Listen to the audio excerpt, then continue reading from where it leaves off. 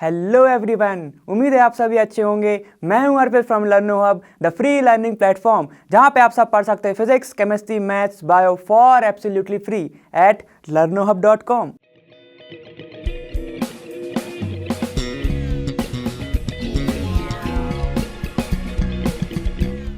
तो वीडियो शुरू होने से पहले ही मैं आप लोगों से सब एक क्वेश्चन पूछना चाहता हूँ कि क्या आपने कभी नोटिस किया है कि जब बहुत ही ज़्यादा पुरानी बिल्डिंग्स होती हैं, उनके जो मिरर हैं वो ज़्यादा थिक हो जाते हैं, या उनके जो ग्लासेस हैं वो थोड़े थिक हो जाते हैं एकदम बॉटम साइज से। तो आपके दिमाग में आया कभी कि ये ऐसा होता क्यों है? तो नहीं आया तो कोई बात नहीं, चलिए आज हम इस वीडियो में मतलब इस क्वेश्चन में अब हम करेंगे एनसीईआरटी के कुछ क्वेश्चंस 12th क्लास के सॉलिड स्टेट के। उसमें हम देखेंगे कि ऐसा होता क्यों है कि जो ग्लास है वो नीचे से थिक क्यों हो जाता है। तो चलिए हम स्टार्ट करते हैं।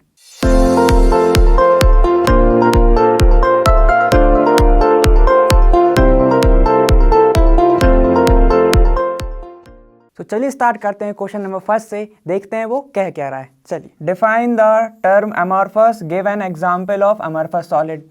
चलो पहले तो ये सॉलिड भी क्या होता है हम देखते हैं कि जो मैटर है, हमने 11th में पढ़ के आए हम, जो मैटर है वो 3 टाइप्स के होते हैं। एक होता है क्या, लिक्विड, ठीक, एक होता है गैस, एक होता है सॉलिड, ठीक है। तो ये सब हमको देखना नहीं है, हमें देखना है कि सॉलिड क्या होता है। सॉलिड अब होते हैं 2 टाइप्स के, ठीक है। सबसे पहले देखते हैं कि सॉलिड में होता क्या है। चलो, ये दोनों मूव नहीं, ये मूव कर सकते हैं, ठीक है, ठीक, ये भी मूव कर सकता है। सॉलिड मूव कर सकते हैं क्या? सॉलिड एक साइड से दूसरी साइड तक जा सकता है क्या? नहीं जा सकता है। कभी आपने देखा है कि आप इधर बैठे हो, जब तक आपको कोई उठा नहीं रहा है, तब अगर आप उधर बैठे हो और सीधे आप उधर मिलो, ऐसा है क्या? डॉक्टर स्ट्रेंज तो हम है नहीं, ठीक है। ऐसा नहीं होता कि पोर्टल खुल जाएगा आपका, आप उधर पहुंच जाओगे, ऐसा नहीं होता है, ठीक है। तो अब सॉलिड क्या है, ये मूव नहीं कर सकता है, ठीक। जो मूव कर सकता है उनको हम फ्लूइड भी बोलते हैं, ठीक है, इनको हम फ्लूइड नहीं बोलते हैं, ठीक है ना। तो सॉलिड में जो होता है, अब क्या होता है सॉलिड में, इनमें होती है बहुत ही ज़्यादा इंटर मॉलिक्यूलर जो फोर्स रहता है इनका, ठीक है। इंटर मॉलिक्यूलर जो फोर्स रहता है इनका रहता है हाई, ठीक है, हाई रहता है। तो इसके कारण क्या रहते हैं, ये जो मॉलिक्यूल हैं सॉलिड के, ठीक है, ये मूव नहीं कर सकते, वो एक ही फिक्स पोजीशन पे वो फिक्स है एकदम। जो मॉलिक्यूल है उनके एकदम ही एक सब बाइंड है, ठीक है। तो अब उसको मूव करने के लिए ज़्यादा डायरेक्शन है नहीं, मतलब ज़्यादा, जैसे फ्लूइड है, ठीक, वाटर है, आपने डाला वो वहाँ पे बह जाता है। ऐसा गैस आप जब परफ्यूम छिड़कते हैं, ठीक है, परफ्यूम जब हम अपने ऊपर डालते हैं तो क्या, जब सामने वाला जो बैठा रहता है उससे तक भी जाता है ना, लेकिन ऐसा सॉलिड में नहीं होता है, ठीक है। अब यहाँ से आप कुछ गिराओगे, ठीक, जैसे कि आपने कुछ बर्तन गिरा दिया, ठीक, बर्तन गिरा है तो आवाज़ जाएगी, आपकी मम्मी बोलेंगी, लेकिन ऐसा थोड़ी ना कि यहाँ से गिरा है तो वहाँ तक चला जाएगा, ऐसा नहीं होता है ना। चलो अब हम क्या देखते हैं, अब हम देखते हैं कि सॉलिड हैं वो 2 टाइप के होते हैं। एक होता है क्या, क्रिस्टलाइन सॉलिड, ठीक, वो क्या होता है, एक क्रिस्टलाइन सॉलिड, ठीक, क्रिस्टलाइन सॉलिड होता है। और एक होता है अमॉर्फस सॉलिड, जो हमें देखना है, ठीक। एक होता है अमॉर्फस सॉलिड, ये वाला सॉलिड, ठीक। अमॉर्फस का मतलब ही ग्रीक वर्ड में होता है नो फॉर्म, ठीक, नो फॉर्म बोलते हैं इसको। नो फॉर्म मतलब क्या रहता है, इसका जो अरेंजमेंट है, ठीक है, इसका जो अरेंजमेंट है ये होता है इर्रेगुलर होता है क्या, अरेंजमेंट, ठीक, इसका रहता है इर्रेगुलर अरेंजमेंट। अब इर्रेगुलर कैसा होता है, देखो, थोड़े दूर तक रेगुलर हो सकता है। जैसे कि एक मॉलिक्यूल ये है, उसका एक इधर है, एक इधर है, एक इधर है, यहाँ तक होगा। अब इसके बाद क्या, ये है शॉर्ट रेंज, ये शॉर्ट रेंज तक अरेंज रहते हैं। उसके बाद एक मॉलिक्यूल इधर आ जाएगा, एक इधर आ जाएगा, एक इधर आ जाएगा, एक इधर आ जाएगा। क्या है ये, नॉन यूनिफॉर्म अरेंजमेंट हुआ ना। अब क्रिस्टलाइन में क्या होता है, एक अगर ऐसा है तो एक इधर ऐसा होगा, एक ऐसा है, एक ऐसा होगा, एक ऐसा है, एक ऐसा होगा, ठीक। तो सेम ही क्या होगा, अब इन दोनों के बीच में एक होगा, तो ये फिर एक ऐसा हो जाएगा, एक ऐसा हो जाएगा, एक ऐसा हो जाएगा, समझ रहे हो। तो ये देखो यूनिफॉर्म है ना। अब ये देखो, ये यूनिफॉर्म है, ये यहाँ पे एक था, यहाँ पे एक, फिर ये यूनिफॉर्म चलते जा रहा है, ठीक है ना। यहाँ पे क्रिस्टलाइन में ऐसा नहीं होता, एक यहाँ से आया, ठीक, ये फिर एक शॉर्ट टर्म अरेंजमेंट होता है। यहाँ तक जो था ये एकदम अरेंजमेंट प्रॉपर आ रहा था, लेकिन यहाँ पे आने के बाद ये इम्प्रॉपर हो गया, तो ये क्या होता है, इर्रेगुलर अरेंजमेंट होता है। ये आप समझ गए बात, ठीक। चलो बहुत अच्छी बात है, इर्रेगुलर अरेंजमेंट। अब इसके कारण क्या होता है, इनका जो मेल्टिंग पॉइंट या बॉइलिंग पॉइंट, ये होता क्या, ये रेंजेस में होता है। हमारे पास सॉलिड का अगर आप क्या मेल्टिंग पॉइंट या बॉइलिंग पॉइंट का कर्व देखोगे तो वो कुछ ऐसा बनता है।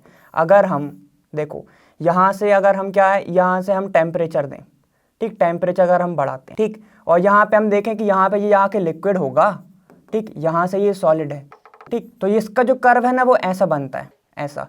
यहाँ पे वो धीरे धीरे क्या होगा, सॉलिड जो है, जैसे प्लास्टिक को हम करते हैं, प्लास्टिक को जब भी हम हीट करते हैं तो क्या होता है कि देखो पहले तो वो सॉलिड रहता है, उसके बाद पहले वो सॉफ्ट होगा, ठीक है, सॉफ्ट होगा, उसके बाद वो लिक्विड होगा, ठीक। तो ये जो प्रॉपर्टी है ना ये रेंजेस में होती है, सॉफ्ट एक पर्टिकुलर रेंज पे होगा, चलो मान लेते हैं हम दे रहे हैं 100 डिग्री तक दे रहे हैं हम, ठीक है। तो क्या होता है 50 डिग्री पे वो सॉफ्ट हुआ, 75 पे वो थोड़ा लिक्विड बना, 100 पे वो पूरा लिक्विड बना। तो ये रेंजेस में हो रहा है ना, तो ये क्या होता है, इनका जो मेल्टिंग पॉइंट है, मेल्टिंग पॉइंट या तो फिर बॉइलिंग पॉइंट, ये किस में होता है, रेंजेस में होता है, ठीक है, ये रेंजेस में होता है।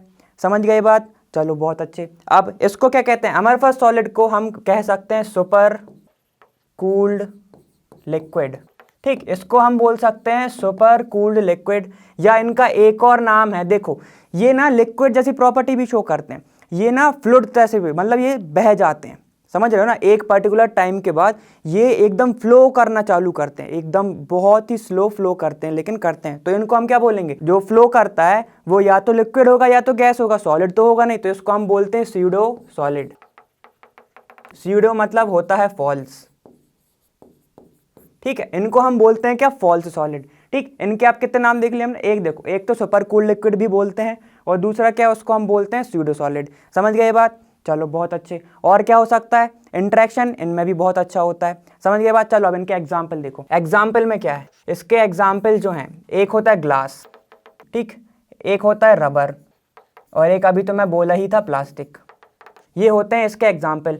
तो देखो यहाँ पे आ गया ग्लास, तो क्या होता है कि जब ग्लास को बहुत टाइम तक रखा रहे, ठीक, तो ग्रेविटी तो अपना काम करेगी करेगी, तो ग्लास कैसा, ऐसा रखा है ना, ग्लास ऐसा रखा है, ठीक, सीधा रखा है, तो क्या होगा, उसके जो मॉलिक्यूल है यहाँ पे जो टॉप पे रहेगा वो क्या करेगा, वो धीरे धीरे नीचे आएगा, धीरे धीरे जब वो अपनी लेयर छोड़ेगा, ठीक, यहाँ से वो जब अपनी लेयर छोड़ेगा तो क्या होगा, यहाँ के मॉलिक्यूल जो लेयर है वो कम होती जाएगी, थिन होती जाएगी, तो जब ये थिन होती जाएगी तो फिर यहाँ पे अगर आपने बॉर्डर लगा दी तो यहाँ पे थिक होती जाएगी वो, समझ रहे हो ना। तो यही कॉन्सेप्ट लगता है किसमें, वो पुरानी बिल्डिंग्स में, समझ रहे हो क्या होता है, यहाँ पे बहुत टाइम तक रख दिया, जो ग्लास है वो धीरे धीरे धीरे बहुत टाइम बाद, बहुत टाइम लगता है इस चीज़ में, धीरे धीरे धीरे वो होता है फ्लो, उसके जो लेयर है वो होती है फ्लो। अब जब फ्लो होती है तो नीचे थिकनेस बढ़ जाती है, ऊपर रहता है थिन, ठीक है, तो उसी को क्या कहते हैं, ग्लास को भी बोलते हैं हम सुपर कूल्ड लिक्विड। समझ गए बात, चलो बहुत अच्छी बात है,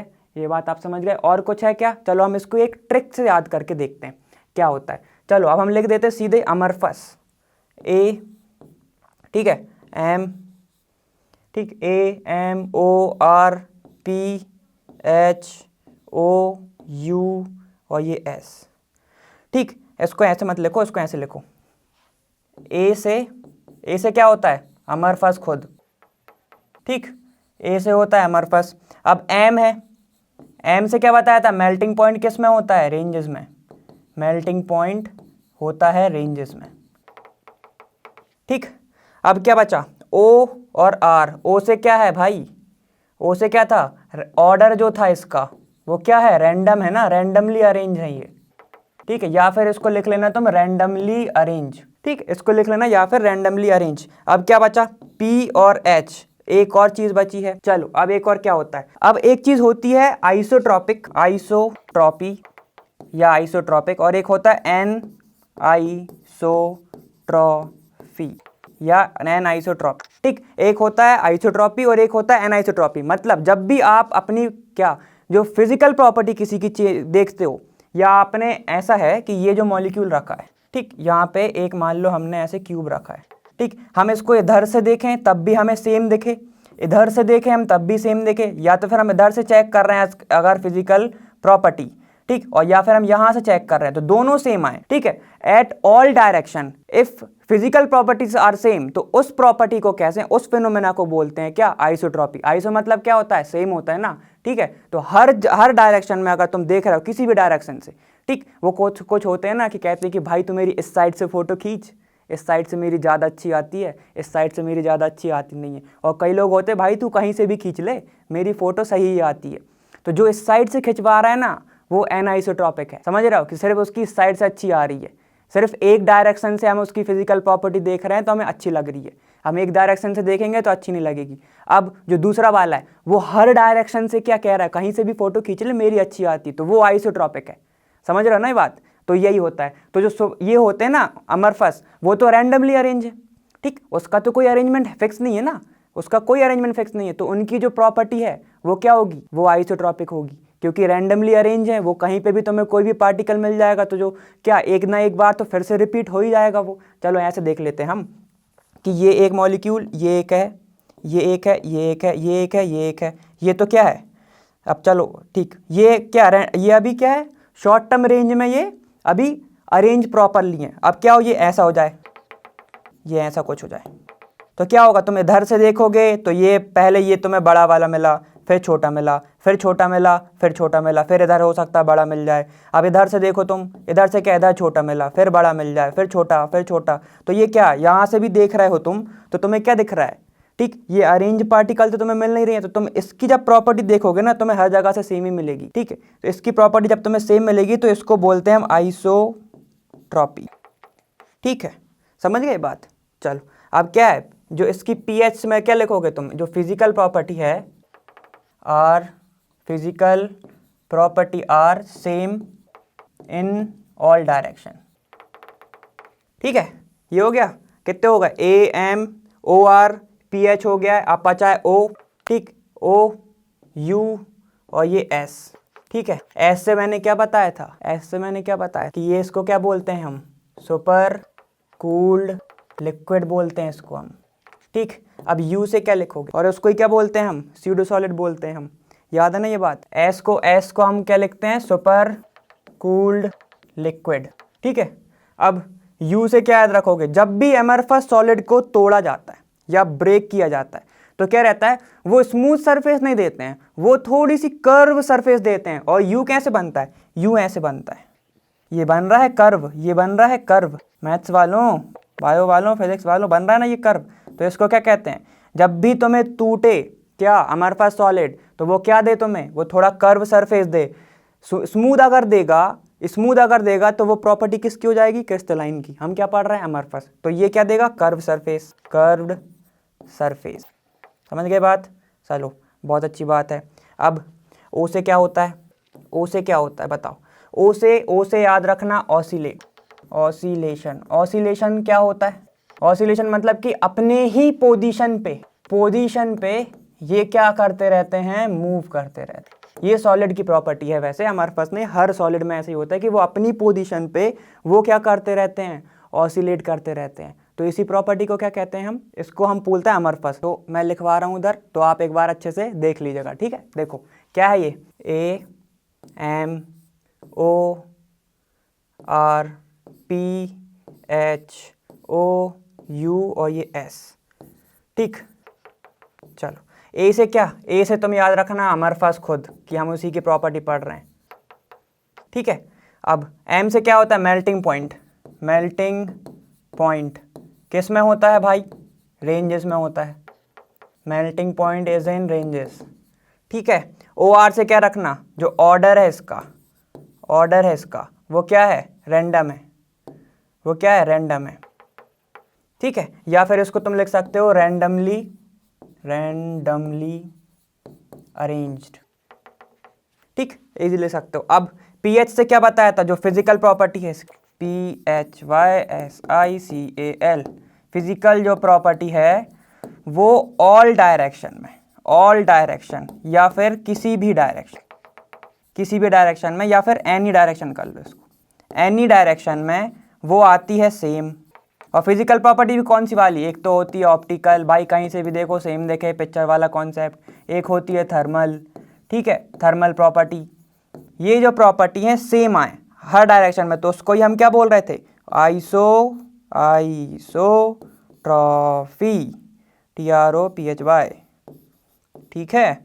चलो ऑसिलेट करता है ये, वो तो हर सॉलिड का पार्टिकल करता है, तो ये याद रखना, ये क्या है, ऑसिलेट करता है।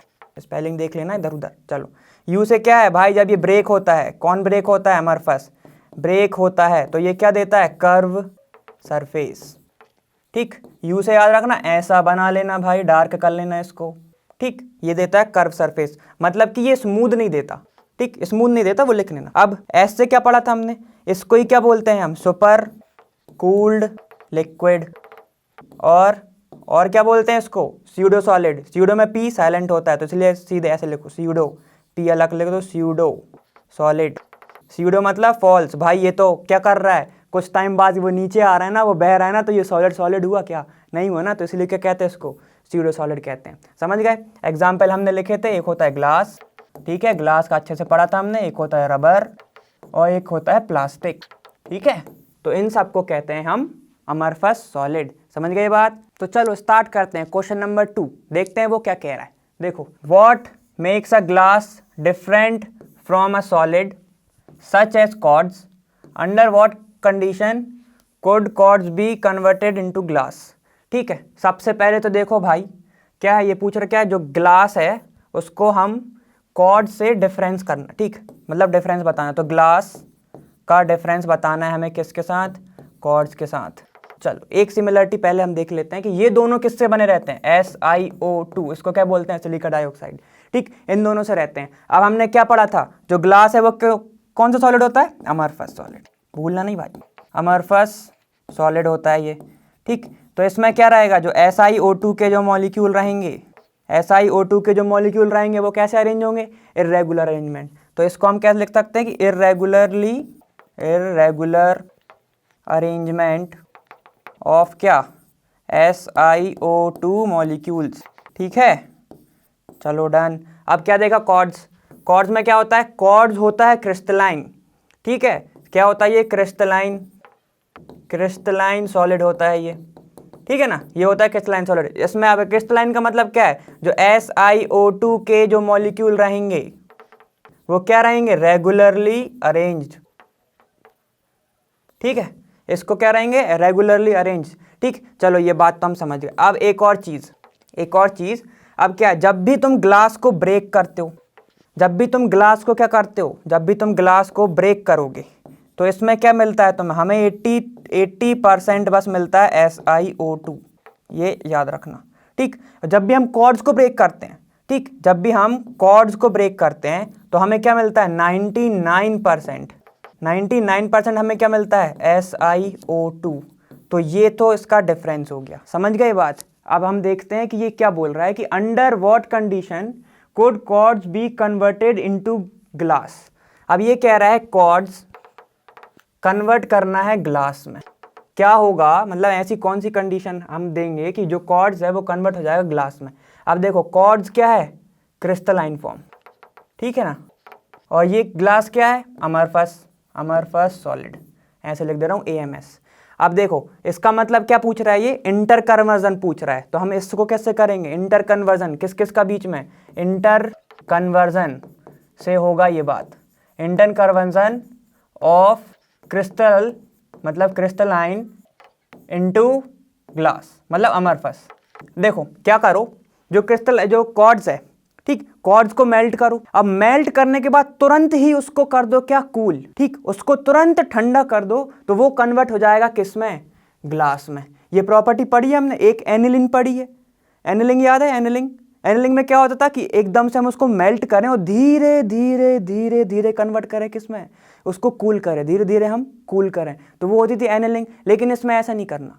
ठीक, इसका जो क्या करो तुम, इसको पहले करो मोल्टन स्टेज में लेके आओ। मोल्टन मतलब क्या होता है, पिघला हुआ ना, मोल्टन स्टेट में इसको कर दो रैपिड कूल, तो ये किस में कन्वर्ट हो जाएगा, ये हो जाएगा अमरफस में, अमरफस सॉलिड में। और ये क्या है, ये क्रिस्टलाइन है। समझ गए बात। तो ये होता है कि आप तुम्हें अगर कभी भी आगे क्वेश्चन आ जाए, ग्लास को छोड़ के कोई भी क्वेश्चन आ जाए भाई, तुम्हें क्रिस्टल से तुम्हें क्या बनाना है, अमरफस सॉलिड बनाना है, तो एक काम करो, उसको एकदम से मेल्ट कर दो, पूरा मेल्ट हो जाए, और उसके बाद उसको क्या कर दो, तुरंत कूल कर दो, तो वो क्या बन जाएगा, वो बन जाएगा अमरफस सॉलिड। अब इसका ही उल्टा, अब तुम्हें हम बोलें कि अमरफस सॉलिड है, ठीक है, उसको कन्वर्ट करना है क्रिस्टलाइन में, क्रिस्टल बनाने इसके भाई।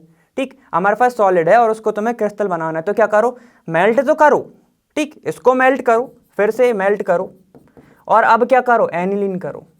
एनिलिंग क्या होती है भाई, हीट देते हैं हम, ठीक है, हीट देते हैं। इसके बाद क्या, जब ये एकदम मेल्ट हो जाता है हीट देने के बाद, तो इसको slowly slowly slowly slowly slowly slowly क्या करते हैं, इसको हम कूल करते हैं। तो इस प्रोसेस को कहते हैं एनिलिंग।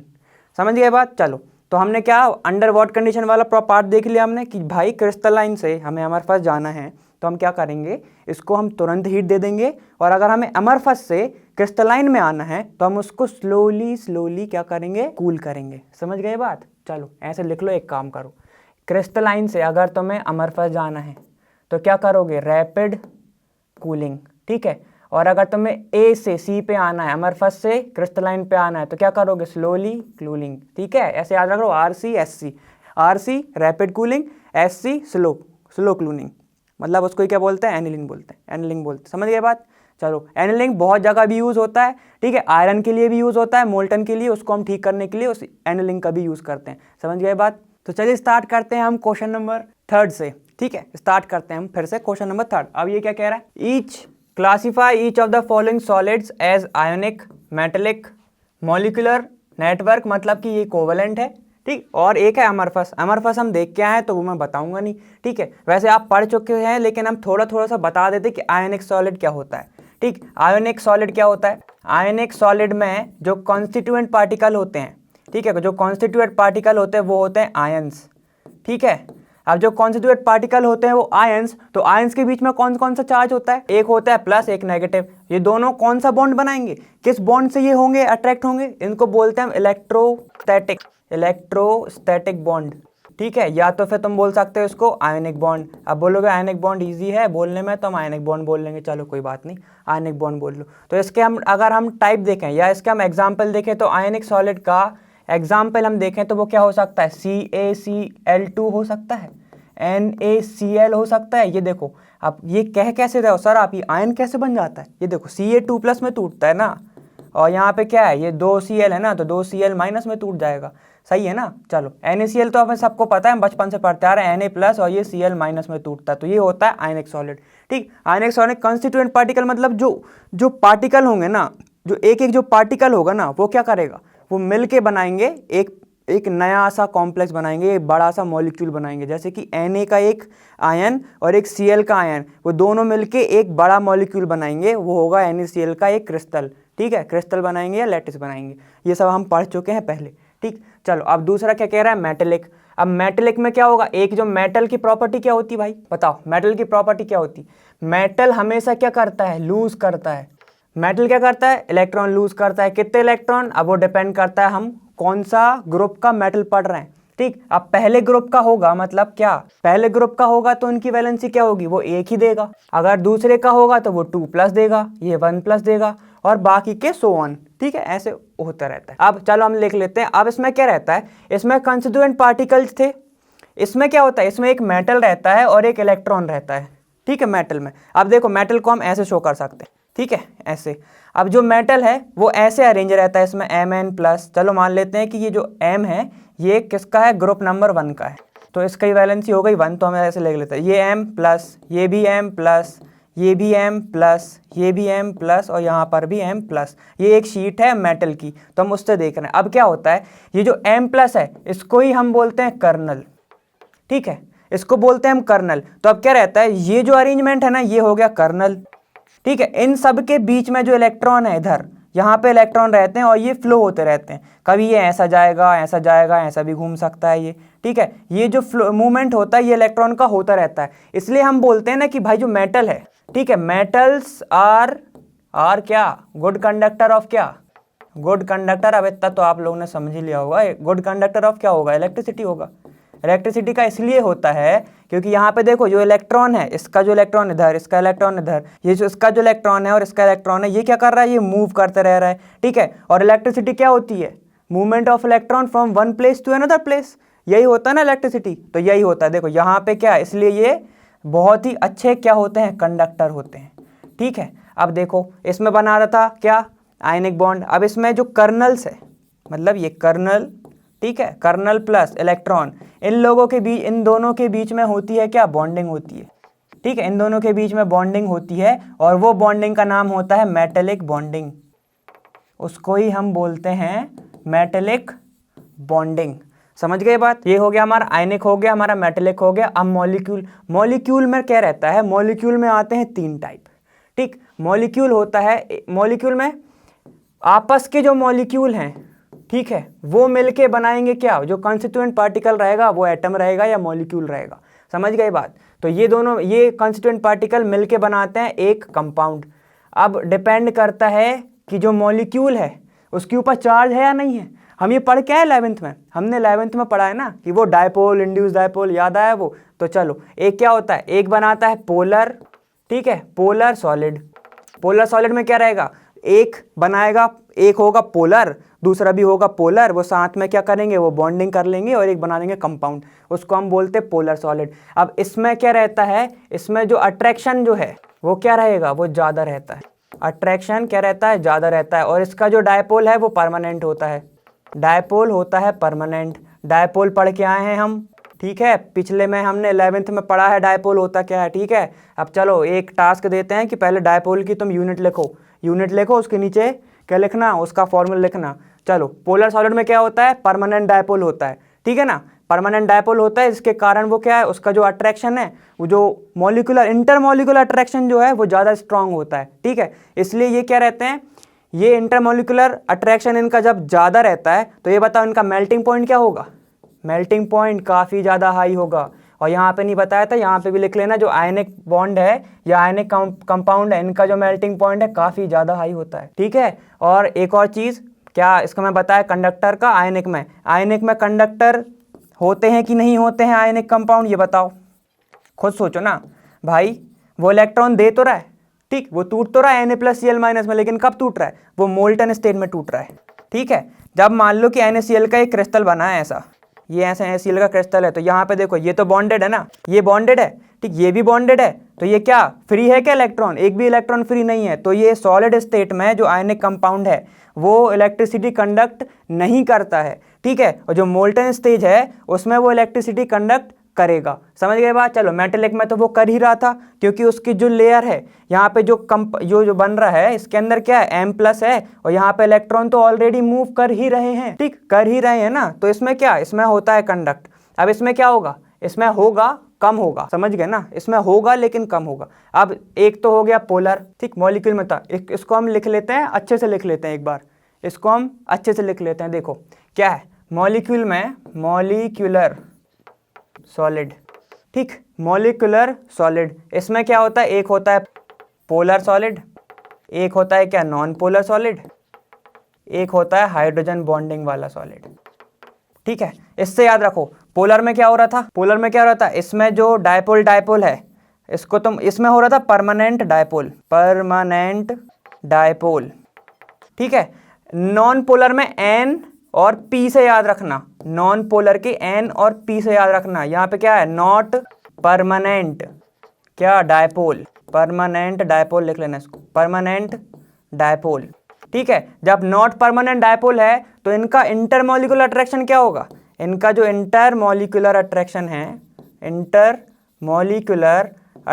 है वो होता है क्या? वीक।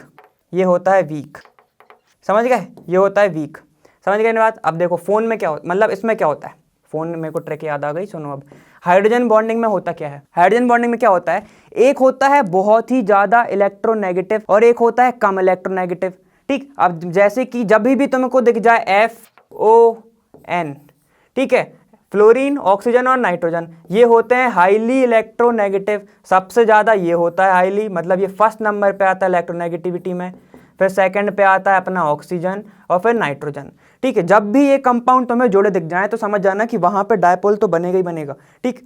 अब क्या होगा, मतलब वहाँ पे इलेक्ट्रोनेगेटिविटी का डिफरेंस बहुत ज़्यादा होगा, समझ गए बात? चलो, तो F क्या है? सबसे ज़्यादा इलेक्ट्रोनेगेटिव है, तो ये क्या करता है भाई? अपने साइड जैसे H और F है, ठीक है, तो जो ज़्यादा इलेक्ट्रोनेगेटिव ये इसका भी खींच लेता है अपना, इसके ऊपर क्या जाता है? ये आ जाता है पॉजिटिव पार्शियल, इसके ऊपर आ जाता है F, ये नेगेटिव, समझ गए ना बात? ऐसा बन जाता है। तो इनका भी बॉन्डिंग जो है वो होती है स्ट्रॉन्ग, बॉन्डिंग होती है स्ट्रॉन्ग, समझ गए ना ये बात? चलो, बहुत अच्छी। अब इसका एग्जाम्पल क्या है हाइड्रोजन बॉन्डिंग के? H2O NH3 और एक तो ये लिख दिया HF, ठीक है, H, ये F है, R नहीं। अब और बाकी के एग्जाम्पल क्या है, नॉन पोलर का एग्जाम्पल क्या होगा, चलो CH4 हो सकता है, बिल्कुल हो सकता है, और क्या हो सकता है, I2 हो सकता है, S8 हो सकता है, और भी बहुत कुछ हो सकते हैं। ठीक है, अब बताओ पोलर का तुम लोग लेके क्या ना 11th में पढ़े हो तुम लोग, पोलर का एग्जाम्पल तुम लोग बताओगे अब हमें। ठीक है, ये सब बता दी मैंने, अब बाकी का तुम लोग बताओगे। अब हम आते हैं क्वेश्चन पे वापस। अब वो बोल क्या रहा है, चलो सुनो, देखो क्या कह रहा है। Classify each of the following solid as ionic, metallic, molecular network. ये बच गया हमारा कोवेलेंट। अब चलो इसमें क्या होता है, इसमें जो कॉन्स्टिट्यूएंट पार्टिकल रहते हैं, ठीक है, वो आपस में बनाते हैं कोवेलेंट बॉन्ड। ठीक है, कोवेलेंट बॉन्ड कैसे बनता है, फिर से 11th पढ़ के आओ। ठीक है, मैं नहीं बताऊंगा इधर कैसे बनता है कोवेलेंट। ठीक है, तो क्या बनता है, कोवेलेंट बॉन्ड बनता है। कोवेलेंट बॉन्ड से एक वो बनाते हैं बिगर मॉलिक्यूल, क्या बनाते हैं वो, जाइंट मॉलिक्यूल बनाते हैं। ये बनाता है जाइंट मॉलिक्यूल, ये बनाता है जाइंट मॉलिक्यूल। इसी को ही कैसा कह सकते हैं, मैक्रो मॉलिक्यूल बोल सकते हैं ना, मैक्रो। ठीक है, इसको ही हम बोल सकते हैं मैक्रो मॉलिक्यूल। एक होता है क्या, माइक्रो, एक होता है मैक्रो।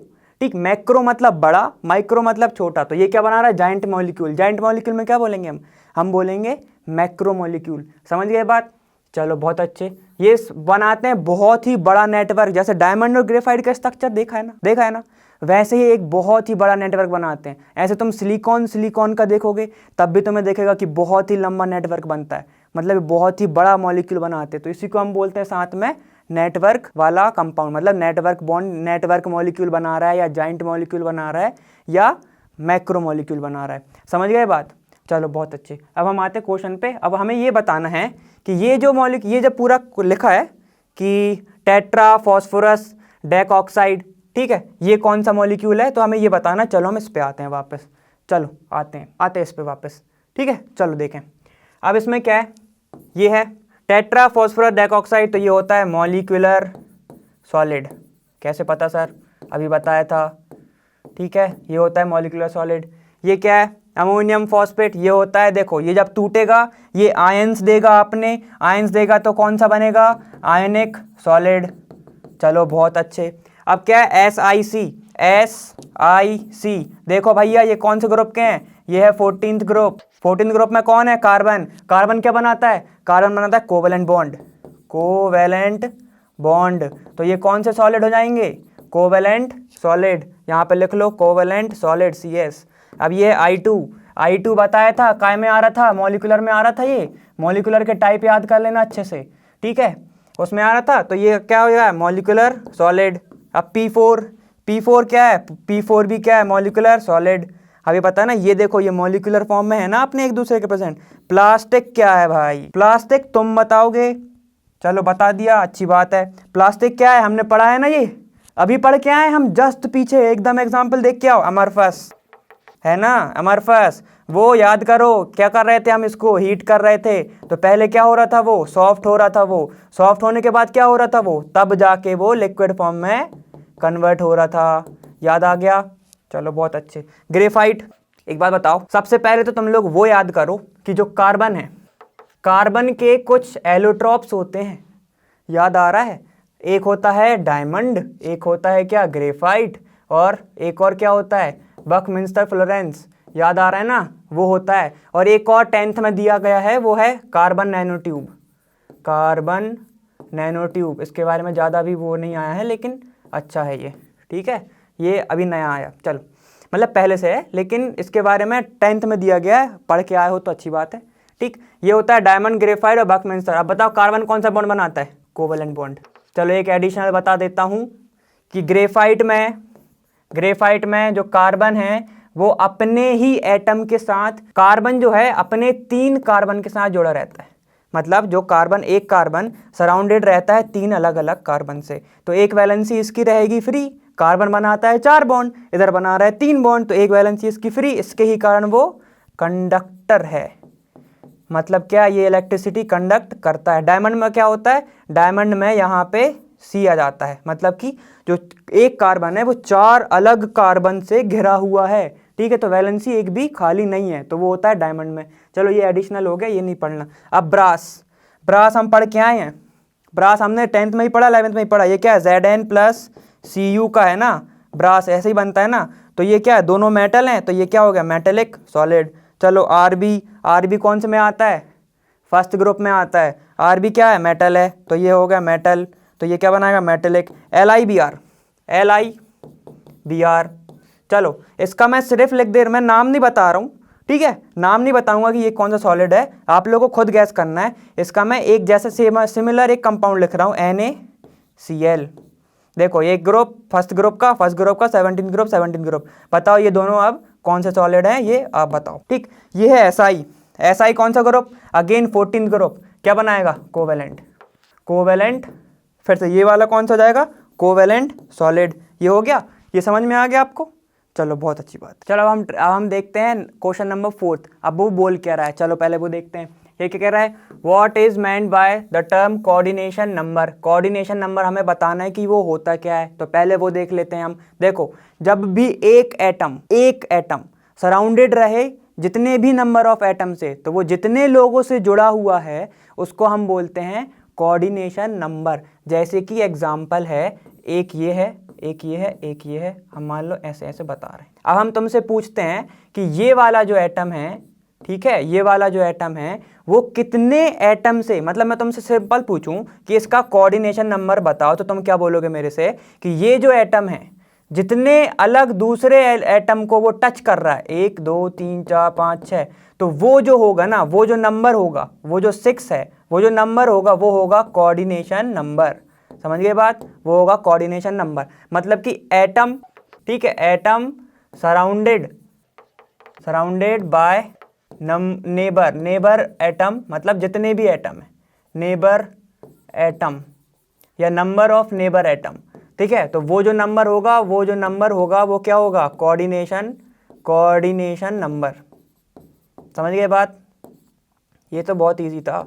मतलब मैं तुमसे बोल दूं कि देखो एक बंदा है, उसको तुम्हें पकड़ के रखना है, ठीक, एक बंदा है, मान लो ये जो बंदा है, ठीक है, इसको तुम्हें पकड़ के रखना है, ठीक, तो जितने लोग उसे पकड़े रहेंगे, अगर मैं तुमसे पूछूं कि बताओ इसका कोऑर्डिनेशन नंबर क्या है, ठीक है, तो जितने लोग उसे पकड़े हैं, मतलब 2 लोग पकड़े ना, तो वो हो गए क्या, उसके कोऑर्डिनेशन नंबर। समझ गए ना ये बात, ये तो बहुत ईजी था ना, है ना, ईजी है। हाँ चलो, मतलब कितने लोग कोऑर्डिनेट कर रहे हैं उसके साथ, अब समझोगे तुम, कितने लोग कोऑर्डिनेट कर रहे हैं। हम बोलते हैं ना कि भाई एक प्रोग्राम है, ठीक, एक प्रोग्राम है, तो हमारे स्कूल वाले क्या करते हैं, कोऑर्डिनेटर बना देते हैं कि भाई तुम इस प्रोग्राम को तुम क्या करोगे, तुम सपोर्ट करोगे। तो एक प्रोग्राम को इतने सारे जो कोऑर्डिनेट हैं, तो कौन का नंबर क्या हो गया, कोऑर्डिनेशन नंबर बोलोगे उसको। चलो मतलब इतने लोग कोऑर्डिनेट कर रहे हैं तुम्हारे साथ। अब दूसरी चीज़ क्या है, मतलब आप फिर से एक और देख लो, इसका बताओ कोऑर्डिनेशन नंबर क्या होगा, इसका कोऑर्डिनेशन नंबर क्या होगा, ये भी टच कर रहा है इसको, ये भी टच कर रहा है, तो कोऑर्डिनेशन नंबर हो गया 2। अब बताओ इसका क्या होगा भाई, मैं तुमसे पूछूं इसका क्या है, ठीक है, इसका कितना है, 3 है, मैं तुमसे पूछूं इसका कितना है, इसका क्या है, ये दोनों टच कर रहे हैं इसको, ऐसा बनाइए, तो ये दोनों टच कर रहे हैं इसको, तो ये हो गया 2। अब बताओ इसका कितना है, इसका भी 2। समझ गए ना बात, ऐसा तुम देखते जाओगे तो कोऑर्डिनेशन समझ में आएगा। अब क्या पूछ रहा है कि in a cubic close packed structure, बताओ कि कोऑर्डिनेशन नंबर कितना होता है, किसमें, क्यूबिक क्लोज पैक्ड स्ट्रक्चर में। सबसे पहले तुम्हें पता होना चाहिए क्यूबिक क्लोज पैक्ड क्या होता है, ठीक, वो देखना चाहिए। तो सबसे पहले क्या होता है, देखो क्या है, एक एटम है वो पहले तो ऐसा बनता है क्यूबिक, ये जो है पहले जुड़ा रहता है कितने, 6 से, 1 2 3 4 5 6, ठीक, ये 6 एटम से ये जुड़ा हुआ है। अब इसके ऊपर तुम 3 और रख देते हो, ऐसे रख देते हो, ठीक, और ये 3 और रख देते हो। अब मैं तुमसे पूछूं कि ये भी इससे जुड़ा है, ये भी इससे जुड़ा है। अब मैं तुमसे पूछूं कि बताओ इस चीज़ का कोऑर्डिनेशन नंबर है कितना, तो ये 3 भी इसको टच कर रहे हैं, ये 3 भी इसको टच कर रहे हैं, और 6 तो कर ही रहे थे, 6 इसको कर ही रहे थे ना, तो यहाँ पे 6 + 3, तो ये कितने होगा, ये होगा 12। तो कोऑर्डिनेशन नंबर कितना होगा किसका, क्यूबिक क्लोज पैक्ड स्ट्रक्चर का, कितना होगा, 12 होगा। समझ गए ना ये बात, देखो मतलब इसका मतलब ये था कि ये जो स्ट्रक्चर है ये क्यूबिक का है, ठीक। अब मैं तुमसे बोलूँ कि इसके ऊपर तुम रख दो, क्या रख दो, ऐसे 3 ऐसे रख दो, और 3 ऊपर से रख दो। तुम लड्डू ऐसे जमाते हो ना, हलवाई की दुकान पे जाना और देखना, वहाँ पे ऐसे वो पहाड़ बना के रखता है, तो अब तुम देखो वहाँ पे एक एटम को, बस देखो एक एटम को तुम देखना, तो वहाँ के जो 3 हैं ऐसे पहाड़ बनाए ना, 3 ऊपर के भी टच कर रहे हैं उसको, 3 नीचे के भी टच कर रहे हैं, और आजू बाजू के तो कर ही रहे हैं उसको, ठीक है, तो उसका कोऑर्डिनेशन नंबर क्या हो गया, 3 ऊपर के 3 नीचे के, ये 6, और आजू बाजू के जो 6 वो कितने हो गए, वो हो गया 12। तो कोऑर्डिनेशन नंबर इसका कितना होता है 12। ठीक है, कोऑर्डिनेशन नंबर समझ गए तुम लोग। अब एक है बॉडी सेंटर्ड क्यूबिक स्ट्रक्चर, ये बहुत ईजी है, तुम लोग पढ़ के आए हो। ठीक है, पूरा चैप्टर पढ़ के आओ तब अपन ये कर रहे हैं। अब देखो बॉडी सेंटर्ड क्यूबिक स्ट्रक्चर में होता क्या है। सबसे पहले तो तुम बताओ क्यूबिक ऐसा बनता है, क्यूबिक ये जो है, ठीक है, ऐसे ये जो है, समझ गए बात। हम सिंपल ऐसे बना देते, ये प्रिमिटिव यूनिट सेल है। ठीक, ये होता है प्रिमिटिव। अब मैं तुमसे पूछ रहा हूँ बॉडी सेंटर्ड, बॉडी सेंटर में क्या रहता है कि एक जो एटम है वो इधर बैठा हुआ होता है। ठीक है, और इसको कौन कौन टच कर रहता है, एक इधर, एक इधर, एक ये और एक ये। ठीक है, यहाँ पे जो कॉर्नर पे हैं, ठीक है, जो क्यूब के कॉर्नर्स पे हर एक एटम प्रेजेंट रहता है और वो एटम इसको टच कर रहा होता है। किसको, जो यहाँ पे बीच में एक एटम बैठा हुआ है, ऐसा, समझ गए ना। तो बताओ ये जो है वो कितनों को टच कर रहा है, ये वाला जो एटम है इसका कोऑर्डिनेशन नंबर कितना होगा बताओ। एक इसका, एक इसके ऊपर, एक ये, तो 4 ये हो गए और नीचे भी 4 होंगे। समझ गए ना ये बात। तो ये ऐसा बन जाएगा, ये कितने, ये 4, ये 4, ये कितने होगा कोऑर्डिनेशन नंबर 8। समझ गए ना ये कोऑर्डिनेशन नंबर। एक काम करो यहाँ पे अच्छे से एक बार स्ट्रक्चर देखो, ये देखो ऐसा बनता है, देख रहे हो ये बना, ये होता है क्या प्रिमिटिव। अब प्रिमिटिव में हमने क्या पढ़ा था कि हर एक एज पे, यहाँ पर, यहाँ पर, यहाँ पर भी, और इधर और इधर, इधर, यहाँ पे एक एक एटम प्रेजेंट रहता है। और बॉडी सेंटर में क्या रहता है, ये दोनों, ये जो जितने भी हैं ये इसको टच नहीं करेगा, ये इसको टच नहीं करेगा, लेकिन जो बॉडी सेंटर्ड में है यहाँ पर, ठीक है, ये वाला इसको टच करेगा, ये वाला भी इसको टच करेगा, ये भी इसको टच करेगा, ये वाला भी इसको टच करेगा, ये भी और ये भी। तो बताओ हर एक एटम अगर टच कर रहा है इसको, ठीक है, तो कितने एटम है टोटल इधर 8। तो कोऑर्डिनेशन नंबर इसको टच कर क्या होता है कि इस एटम को जितने लोग टच कर रहे हैं वो होगा कोऑर्डिनेशन नंबर। तो 8 क्या हो गया इसका कोऑर्डिनेशन नंबर। तो इसका क्या आंसर आएगा 8, इसका आएगा 12, मतलब 12 और 8। समझ गए बात। चलो बहुत अच्छे। ये था सीसीपी, सीसीपी बोलते हैं इसको क्या, ठीक है, और इसको बोलते हैं हम बीसीसी। समझ गए ना बात। चलो बहुत अच्छे। How can you determine the atomic mass, atomic mass, ठीक है, ऑफ एन अननोन मेटल, ठीक, if you know the density and the dimension of its unit cell explain. ठीक है, तो हमें क्या बताया है, देखो हमें डिटरमाइन करना है एम डिटरमाइन करना है हमें किसका, अननोन मेटल का, जिसकी हमें डेंसिटी दी हुई है। डेंसिटी को हम शो करते हैं स्मॉल डी से, ठीक है, और डायमेंशन भी दिया हुआ है हमें, ठीक है, डायमेंशन भी पता है हमें और डेंसिटी भी दी गई है।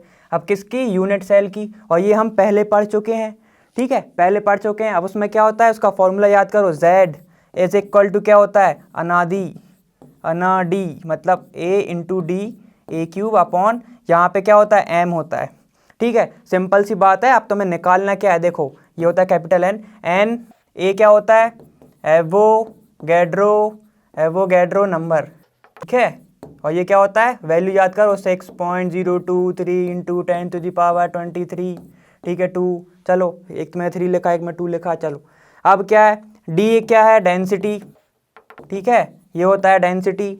अब क्या ए क्यूब क्या होता है, अब ए क्यूब देखो क्या होता है, ए जो क्यूब है वो होता क्या है, ये होता है एज लेंथ, ठीक है, तो यहाँ से लेके यहाँ तक की जो डिस्टेंस है वो ए है, ठीक है। वॉल्यूम ऑफ क्यूब क्या होता है, ए क्यूब होगा, अगर यहाँ की डिस्टेंस ए है तो ये क्या होगा, ए क्यूब होगा ना, तो ये हो जाएगा ए क्यूब, ठीक है। अब चलो ये हो गया, ठीक, और एम क्या है, एम होता है मोलर मास, जो हमें निकालना है मोलर मास, ठीक है। ये देखो हमें क्या निकाला, एटॉमिक मास निकालना, जो होता है एटॉमिक मास, ठीक है। जेड क्या होता है, जेड बताता है यूनिट सेल, ठीक है, यूनिट सेल, ठीक, समझ गए बात कि पार्ट मतलब एक यूनिट सेल बताता है हमें ये कि जेड, ठीक। अब ये होता है इसका, अब हमें निकालना है क्या, एम निकालना है। अब एम के लिए क्या करो, एम को इधर कर दो, जेड को इधर कर दो, तो क्या हो जाएगा, एम इज इक्वल टू अनादि ए इंटू 3 एन ए दी अनादि अपॉन ये क्या, ये हो जाएगा जेड, तो ये हो जाएगा तुम्हारा क्या, ये तुम्हारा निकला है मॉलिक्यूलर मास।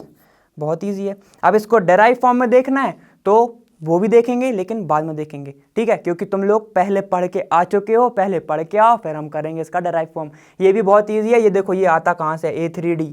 अब तुम देखो क्या होता है, मास, मास क्या होता है, वॉल्यूम इंटू डेंसिटी, वॉल्यूम क्या है इसकी A3 है इंटू डी है, ठीक है, तो ये हो जाएगा क्या, given mass upon molar mass, क्या होता है Na इक्वल टू क्या होता है, given mass upon molar mass, ठीक है, ये हो जाएगा capital M, capital M show करते हैं ना मॉलिक्यूलर मास को। चलो बहुत अच्छे। अब Na क्या होगा, ये देखो ये Gm है, Gm क्या हो गया, ये हमने अभी निकाला, ये क्या हो गया, ये क्या हो गया A3 इंटू डी अपॉन ये M आ गया।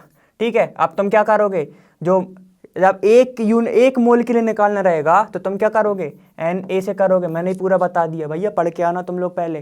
ठीक है, एक बार पढ़ के आना, फिर से मैं भी ये करा दूंगा। तो ये हमारा आ गया क्या, मॉलिक्यूलर मास, समझ गए, ये हो गया। इसको कैसे करोगे, अनादि अनादि। ठीक है, कि Z लिख दो नीचे, ये हो जाएगा तुम्हारा M, ये हो गया तुम्हारा मॉलिक्यूलर मास, समझ गए। ये क्यूब है, A क्यूब है। ठीक है, A क्यूब हमेशा याद रखना। चलो ये हमारा हो गया ये वाला क्वेश्चन। चलो देखो हमारा नेक्स्ट क्वेश्चन कौन सा है। क्वेश्चन क्या कह रहा है, देखो, stability of crystal is reflected in the magnitude of its melting point. Comment collect melting point of a solid water. देखो अब दिया क्या क्या है, पहले तो तुम देखो ये क्या दिया है, सॉलिड वाटर, सॉलिड वाटर, इसका मतलब क्या है, ये आइस है। ठीक, और दूसरा क्या दिया है, ethyl alcohol, ethyl alcohol, formula लिखते जाना। ठीक, इथाइल अल्कोहल। फिर क्या दिया है, di ethyl ether, di ethyl ether. ठीक है, ये दिया है। इसके बाद क्या है, ये मीथेन है। फिर दिया है मीथेन। चलो अभी बताओ आइस कितने डिग्री पे मेल्ट होना स्टार्ट हो जाती है, ये हो जाती है 273 केल्विन पे।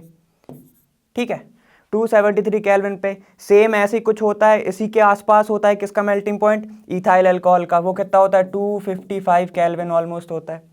ठीक, अब इसके बाद ये आता है डाई इथाइल ईथर, इसका होता है 156 केल्विन, ये होता है इसका मेल्टिंग पॉइंट। और मीथेन का सबसे कम होता है 90.5 केल्विन। ठीक, ये सब होते हैं इसके क्या मेल्टिंग पॉइंट। अब ये डिपेंड किस पे करता है, इसका सबसे ज़्यादा क्यों है। ठीक, ये कितना है, 0 डिग्री सेल्सियस है ऑलमोस्ट।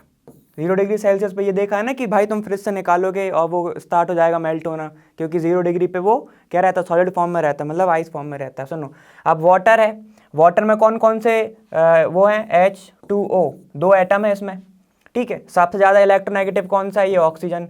क्या है, ये इलेक्ट्रोनेगेटिव है। इलेक्ट्रोनेगेटिविटी के वजह से इसके अंदर कौन सा बॉन्ड बनता है, हाइड्रोजन बॉन्ड।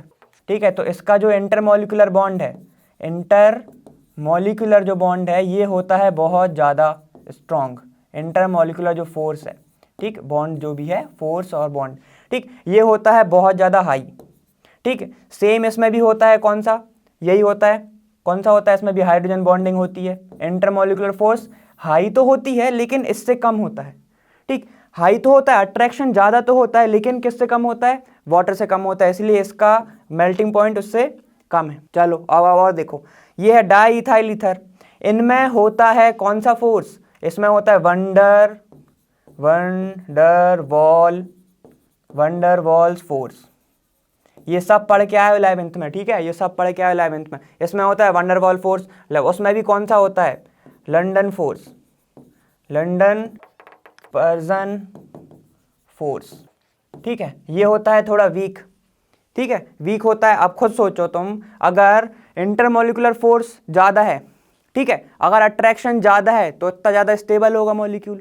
ठीक है, तो सोचो अब वाटर है, उसका जो सॉलिड है मतलब आइस, इसका क्या होगा, इसकी स्टेबिलिटी जो होगी वो हाई होगी। क्यों होगी, क्योंकि जो बॉन्ड हैं वो क्या है, उनका जो अट्रैक्शन है, बॉन्ड का जो अट्रैक्शन है वो बहुत ज़्यादा है। मतलब जो आयंस हैं, ठीक है, जो आयंस हैं, जो मॉलिक्यूल हैं, वो बहुत टाइटली बाउंड हैं। ठीक है, उनको तोड़ने के लिए बहुत ज़्यादा एनर्जी देनी पड़ेगी। ज़्यादा एनर्जी मतलब कि क्या होगा, सामने वाला बहुत ज़्यादा स्टेबल होगा। तो सुनो, फिर स्टेबल क्या होगा, ये ज़्यादा स्टेबल होगा। ठीक है, फिर ये स्टेबल होगा, फिर ये होगा, फिर ये होगा लास्ट में। समझ गए ये बात। ठीक है, जितना ज़्यादा बॉन्डिंग उतनी टाइट, जितनी टाइट बॉन्डिंग उतना ज़्यादा मॉलिक्यूल स्टेबल। ठीक है, तो समझ गए, ये था हमारा ऐसा। ठीक, अब कैसा होगा, देखो यहाँ पे नीचे जाने पे क्या बढ़ रहा है, मेल्टिंग पॉइंट कम हो रहा है, मेल्टिंग पॉइंट कम हो रहा है, बड़ा कुछ नहीं रहा है, मेल्टिंग पॉइंट डिक्रीज हो रहा है। जैसे जैसे डिक्रीज हो रहा है वैसे ही क्या हो रहा है, डिक्रीज हो रहा है क्या, इंटरमॉलिक्यूलर फोर्स।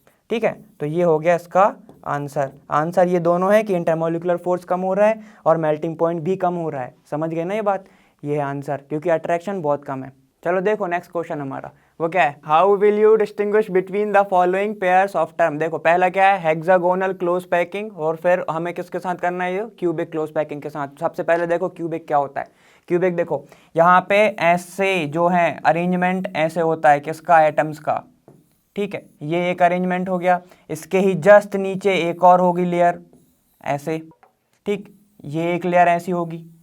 अब एक काम करो, एक और बना दो ऐसे, ये होगा क्या, अरेंज, ये ऐसे अरेंजमेंट हो गई, ठीक है ना, ये हो गया अरेंज। अब ये देखो सेम, ये वाली जो लेयर है और ये वाली लेयर, ये वाली लेयर दोनों सेम है, ये भी ए टाइप, ये भी ए टाइप, ये भी ए टाइप, ठीक है। और अगर हम इसको देखें, इस वाले एटम को देखें, तो ये कितने एटम्स से घिरा हुआ है, कितने एटम से ये सराउंड है। मतलब मैं तुमसे इनडायरेक्टली पूछ रहा हूँ कि कोऑर्डिनेशन नंबर इस एटम का कितना होगा। ये देखो एक ये, एक ये, एक ये और एक ये, अगर हम इसको ऐसे बना दें ऐसे, तो ये बन गया स्क्वायर, ये बन गया स्क्वायर। तो देखो इसका कोऑर्डिनेशन नंबर क्या हुआ, इसका कोऑर्डिनेशन नंबर होता है, कोऑर्डिनेशन नंबर, कोऑर्डिनेशन नंबर इसका होता है कितना, 4, ठीक है। ये तो हो गया 2D में, तुमने 2D में लगा था। अब 3D में क्या होगा, ये देखो ये वाली जो लेयर है, ये वाली जो लेयर है उसको ऐसे देखो, ये है, ठीक है, ये वाली लेयर। अब मैं 3D में क्या कर सकता हूँ, इसको ऐसे देखो, ठीक, ये जो एक लेयर है 3D में क्या कर सकता हूँ, एक इसके आगे लगा सकता हूँ और एक इसके पीछे लगा सकता हूँ, ठीक है। तो ये वाला जो एटम है वो अपने एक और एटम से वो पीछे आके जुड़ेगा, और ये वाले के ऊपर एक और जो लेयर आएगी तो वो एक और आ जाएगी। तो यहाँ पे देखो इसके ऊपर एक और आएगा और इसके पीछे एक और आएगा, तो वो कितने एटम से जुड़ा रहेगा, अभी 4 से तो वो सराउंडेड ऑलरेडी है, एक ऊपर एक नीचे, तो उसका कोऑर्डिनेशन नंबर क्या हो जाएगा, कोऑर्डिनेशन नंबर क्या हो जाएगा, 6। 4 ऑलरेडी थे, ठीक है, एक उसके ऊपर वाली लेयर आई और एक उसके नीचे वाली लेयर आई, तो कितने होगा, कोऑर्डिनेशन नंबर 6। तो 3D में इसका कोऑर्डिनेशन नंबर क्या हो जाएगा, 6 हो जाएगा, ठीक है। तो ये था हमारा कौन सा क्यूबिक, इसको हम बोलते हैं स्क्वायर पैकिंग भी बोल सकते हैं, स्क्वायर पैकिंग। स्क्वायर पैकिंग क्यों बोल रहे हैं, देखो यहाँ पे स्क्वायर बन रहा है, ठीक है, यहाँ पे स्क्वायर बन रहा है और बीच में एक एटम है, समझ गए बात, चलो बहुत अच्छे। अब दूसरा क्या है, यहाँ पे hexagonal close packing. Hexagonal close packing कैसे होती है, देखना कि एक तुमने क्या किया, अरेंजमेंट किया, जैसे वैसे किया था, पहली लेयर ये हो गई, ठीक है। अब तुम उसको एक और तरीके से अरेंज कर सकते हो कि इनके बीच में एक एटम लगा दो ऐसा, ठीक, इनके बीच में एक एटम लगा दो ऐसे, ठीक। अब क्या होगा, तुम फिर से इसको ऐसे अरेंज कर दो ऐसे, ये और ये। अब देखो ये हो गई एक लेयर, ये ए लेयर हो गई, ये हो गई एक बी लेयर, ठीक है। ये दोनों डिफरेंट है ना, दोनों डिफरेंट है। देखो हमने क्या दिया, देखा था क्यूबिक में, इसके नीचे एक लेयर थी, इसके नीचे एक लेयर थी, तो वो सेम पैटर्न में क्या हो रहा था, अरेंज हो रहा था। अब देखो ये एक लेयर है और वो इनके बीच में एक एटम है, समझ रहे हो ना, ऐसे एक के बीच में एक एटम। यहाँ पे एक काम करो, बॉल लेना, बॉल तुमने देखा होगा, बॉल ऐसे रखी, ठीक। अब 2 बॉल के बीच में एक रख दो, ये एक बॉल, ये एक बॉल, इसके बीच में एक रख दो, तो वैसे ही बना है। देखो ये एक बॉल, ये एक बॉल, इसके बीच में ये रखा है, ठीक है। तो इस टाइप के अरेंजमेंट को हम क्या बोलते हैं, हेक्सागोनल। अब हेक्सागोनल नाम क्यों आया, ये देखो तुम। अब देखो अगर हम एक काम करते हैं, इस एटम को पकड़ते हैं, पकड़ा मतलब कि हम इसका कोऑर्डिनेशन नंबर देख रहे हैं। अब देखो क्या बनेगा, ये किसने एटम से सराउंडेड है, एक इससे सराउंडेड है, एक इससे सराउंडेड है, एक इससे, एक इससे, एक इससे और एक इससे। तो ये क्या बना रहा है, ये देखो ये क्या होता है, ये हेक्सागोन होता है ना, ठीक है। तो इस टाइप के अरेंजमेंट को क्या बोलते हैं, हेक्सागोनल पैकिंग। हेक्सागोनल पैकिंग बोलते हैं इस टाइप के अरेंजमेंट को, ठीक है। अब सोचो इस पे हमने 3D में देखा था, इसका कोऑर्डिनेशन नंबर कितना होगा 2D में, 2D में कोऑर्डिनेशन नंबर कितना होगा, इसका होगा कोऑर्डिनेशन नंबर होगा इसका 6, कोऑर्डिनेशन नंबर होगा इसका 6। अब सोचो अब क्या करना, इसके ही ऊपर हम एक और अरेंज कर सकते हैं कि ये देखो, अब हम क्या करें, इसके ऊपर एक अरेंज कर सकते हैं ना, इधर ऐसा, ये एक अरेंज हो गया, ये एक अरेंज हो गया, इन दोनों के बीच में जो वॉइड बन रहा है उसके ऊपर एक एक तुम जोड़ते जाओ। वॉइड क्या होता है, ये वाला स्पेस, बीच का जो फ्री स्पेस है ना, फ्री स्पेस को हम क्या बोलते हैं, वॉइड बोलते हैं, मतलब एम्प्टी, खोखला, ठीक, उसको बोलते हैं हम वॉइड। अब देखो क्या हो सकता है, ये तो 2D में था, अब तुम क्या कर सकते हो, इसके ऊपर रख सकते हो और इसके नीचे भी रख सकते हो। तो कितने से ज्वाइन होगा ये होगा कितने से, 12 से, क्योंकि 6 तो ऑलरेडी हैं। इसके बाद जब तुम नीचे रखोगे तो वो 3 टच करेंगे किसको, इस एटम को, और एक और जो ऊपर रखोगे तो वो कितने करेंगे, 3, तो कितना हो गया, ये 12 हो गया। तो 12 होता है इसका कोऑर्डिनेशन नंबर किसका, हेक्सागोनल का। अब ये होता कैसे, देखो ये है, ये अरेंजमेंट है, इसके ऊपर तुम 3 ऐसे रखोगे, ठीक, और 3 ऐसे रखोगे, ठीक। तब जब तुम ऐसे रखोगे तो ये जो 3 है इसको टच करेंगे, ये जो 3 है वो इसको टच करेंगे। तो वही होता है ना कोऑर्डिनेशन नंबर की, कितने एटम एक दूसरे को टच कर रहे हैं, तो वो क्या हो जाएगा, वो हो जाएगा कोऑर्डिनेशन नंबर। ठीक है, अब 3D में मैं बताऊंगा तुम लोगों को, आगे बताऊंगा कि कैसे बनाते हैं 3D में, एटम्स लेके आएंगे हम, उसमें बताएंगे। ठीक, तो ये समझ के ये होता है हेक्सागोनल। ठीक, ये हो गया हेक्सागोनल हमारा। अब एक बात बताओ, इसमें ही देखना, इसमें जो तो हमारा थर्ड वाला पॉइंट है वो देखो, tetrahedral voids and octahedral voids. अब ये क्या होता है, टेट्राहेड्रल और ऑक्टाहेड्रल, जब भी वॉइड्स जो है वो 3 ऐसे, ये 3 बने, ठीक है, ये बने 3 एटम, इसके ऊपर जब तुम ऐसे अरेंज कर दो एक और एटम, ठीक है, और जब वो स्पेस खाली बचे, 4 एटम अरेंज हो गए तुम्हारे, एक ये और एक इधर पे सामने, एक इधर पे सामने, ठीक, तो वो 4 एटम तुम्हारे अरेंज हो गए।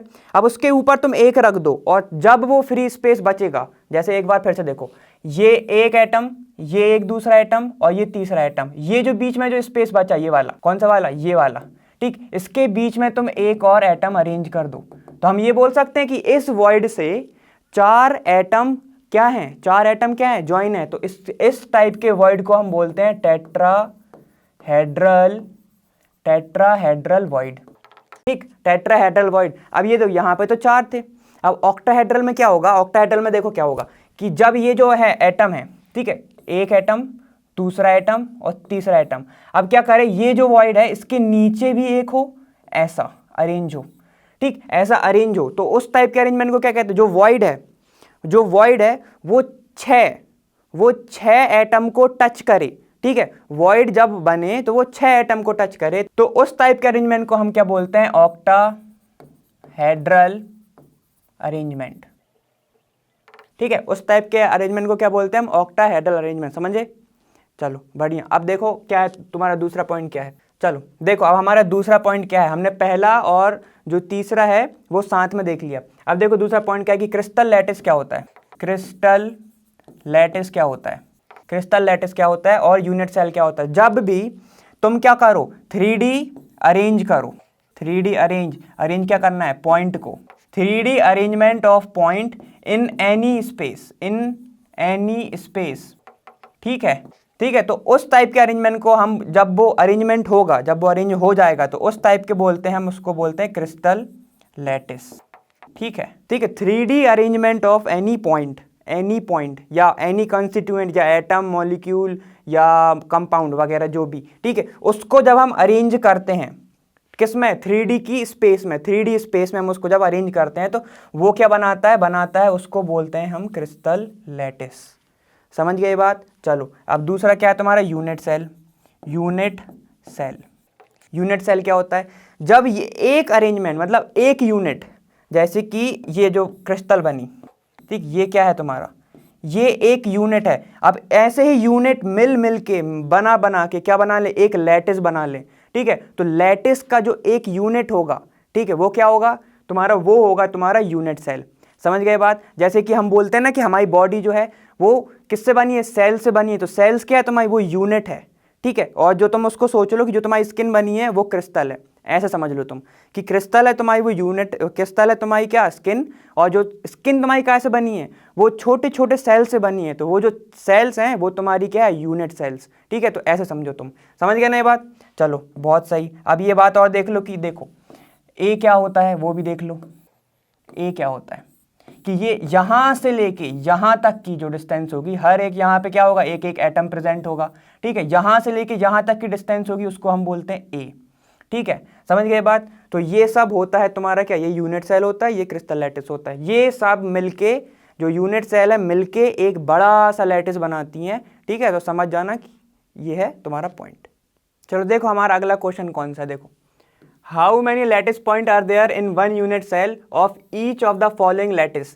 पहला कौन सा है हमारा, फेस सेंटर्ड क्यूबिक। अब देखो फेस सेंटर्ड क्या होता है, जब भी एक देखो ये है क्या, क्यूब तुम्हारा, ये है तुम्हारा क्यूब, ठीक है, और हमें ये पता है कि प्रिमिटिव में क्या होता है, यहाँ पे हर एक कॉर्नर पे एक एक एटम प्रेजेंट होता है। ठीक, एक एक एटम प्रेजेंट होता है। ठीक है, एक एक एटम हर एक कॉर्नर पे प्रेजेंट होता है। तो एक एटम जो है, कितने एटम है टोटल, 8, और वो कितना पार्ट शेयर कर रहे हैं अपने आप से, 1/8। देखो कितने एटम है इधर, 8 एटम है। ठीक है, कितना पार्ट शेयर कर रहे हैं वो इस लैटिस के लिए, इस यूनिट के लिए कितना पार्ट शेयर कर रहा है वो 1/8 कर रहे हैं। मतलब कि ये जो एटम है ये 8 अलग यूनिट सेल से, 8 अलग यूनिट सेल से ज्वाइन होगा। देखो एक क्या होगा, ये वाला, इसको अगर हम पकड़ें, देखो इसको, इसके बाजू में एक होगा, इसके ऊपर एक होगा, इसके साइड में एक होगा, इसके आगे होगा और ऐसे होगा। तो टोटल ये 8 से ज्वाइन है। तो कितने एटम हो गए, टोटल एटम एक यूनिट में 8 हैं और जो ये वाला पॉइंट है वो कितने शेयर कर रहा है, 1/8 कर रहा है। तो टोटल कितने हो गए, टोटल हो गए 1। ठीक है, अब देखो ये तो हो गया तुम्हारा सिंपल क्यूबिक के लिए। अब इसमें क्या पूछा है, तो इसमें पूछा तुमसे फेस।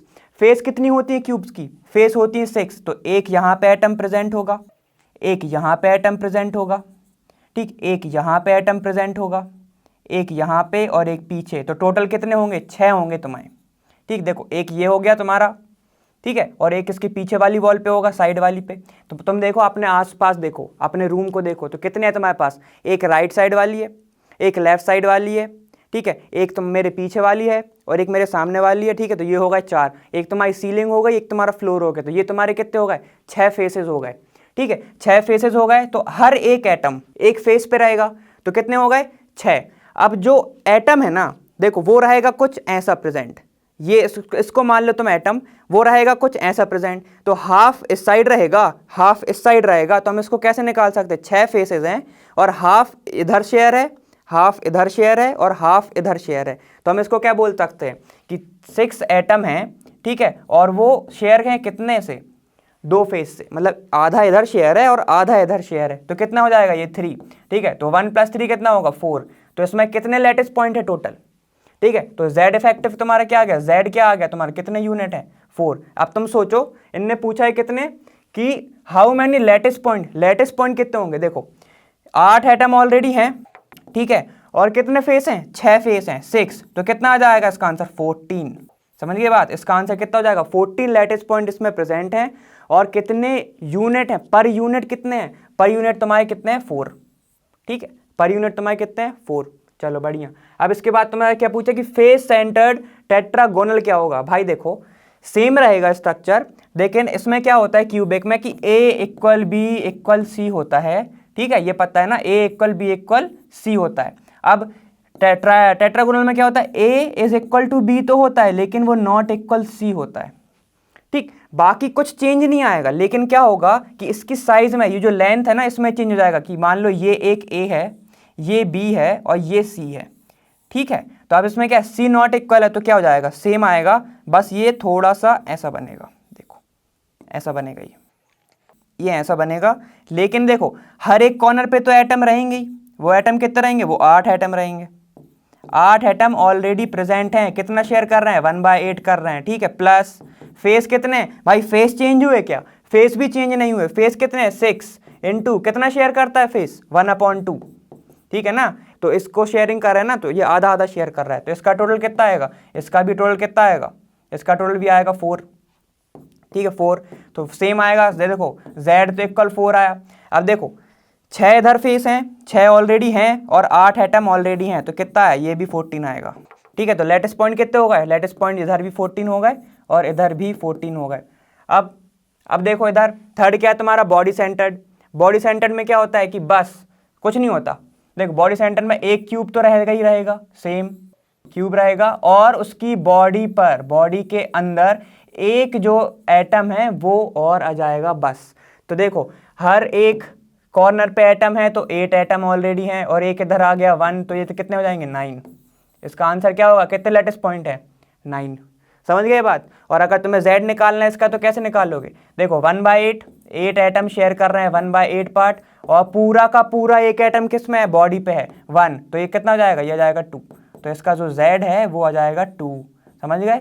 तो ये हमने 2 चीज़ देख ली, आपको Z भी बता दिया। और लेटेस्ट पॉइंट कितने हैं इसमें, देखो लेटेस्ट पॉइंट फेस सेंटर में, FC फेस सेंटर में, फेस सेंटर्ड क्यूबिक में कितने, 14 है। और 14 ही किस में है, टेट्रागोनल में। क्योंकि भाई कुछ चेंज नहीं हुआ है, कुछ चेंज नहीं हुआ है, बस उसकी जो लेंथ थी वो चेंज हुई है, ठीक है। ऐसा नहीं होगा कि एक फेस गायब हो गया, ऐसा कुछ नहीं, ठीक। तो इन दोनों का आंसर क्या है 14। और आखिरी में जो तुम्हारा बॉडी है BCC, बॉडी सेंटर क्यूबिक, ठीक हो, बॉडी क्यूबिक सेंटर। देखो अब ये क्या है, इसका कितना है, इसमें कितने लेटिस पॉइंट से बन रहा है वो 9, ठीक है, 9 लेटिस पॉइंट से बन रहा है एक बॉडी के अंदर, ठीक है। और हर एक कॉर्नर पे एटम ऑलरेडी प्रेजेंट है, तो वो हो गया 9। और इसका Z क्या आया हमारा, Z आया हमारा 2। समझ गए आंसर।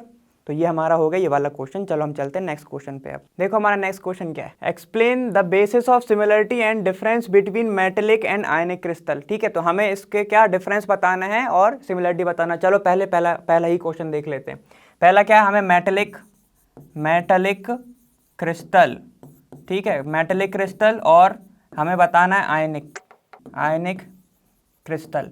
ठीक है, तो सोचो पहले तो मेटेलिक किस चीज से बनता था भाई, कर्नल प्लस उसमें इलेक्ट्रॉन होते हैं, ठीक, कर्नल प्लस उसमें इलेक्ट्रॉन होते हैं। इसमें क्या होते हैं, इसमें 2 आयंस रहते हैं, आयंस प्रेजेंट रहते हैं। कौन सा, एनायन और कैटायन, एनायन प्लस कैटायन होते हैं।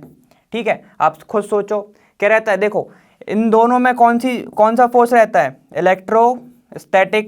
इलेक्ट्रोस्टैटिक फोर्स दोनों में होता है भाई, इलेक्ट्रोस्टैटिक फोर्स, इसमें भी इलेक्ट्रोस्टैटिक फोर्स होता है, इलेक्ट्रोस्टैटिक फोर्स होता है इसमें। ठीक है, अब चलो ये तो ठीक है। अब ये बताओ क्या मेटेलिक क्रिस्टल इलेक्ट्रिसिटी कंडक्ट करता है। हाँ चलो बिल्कुल करता है। ये क्या करता है, ये इलेक्ट्रिसिटी कंडक्ट करता है, इलेक्ट्रिसिटी क्या करता है, कंडक्ट करता है।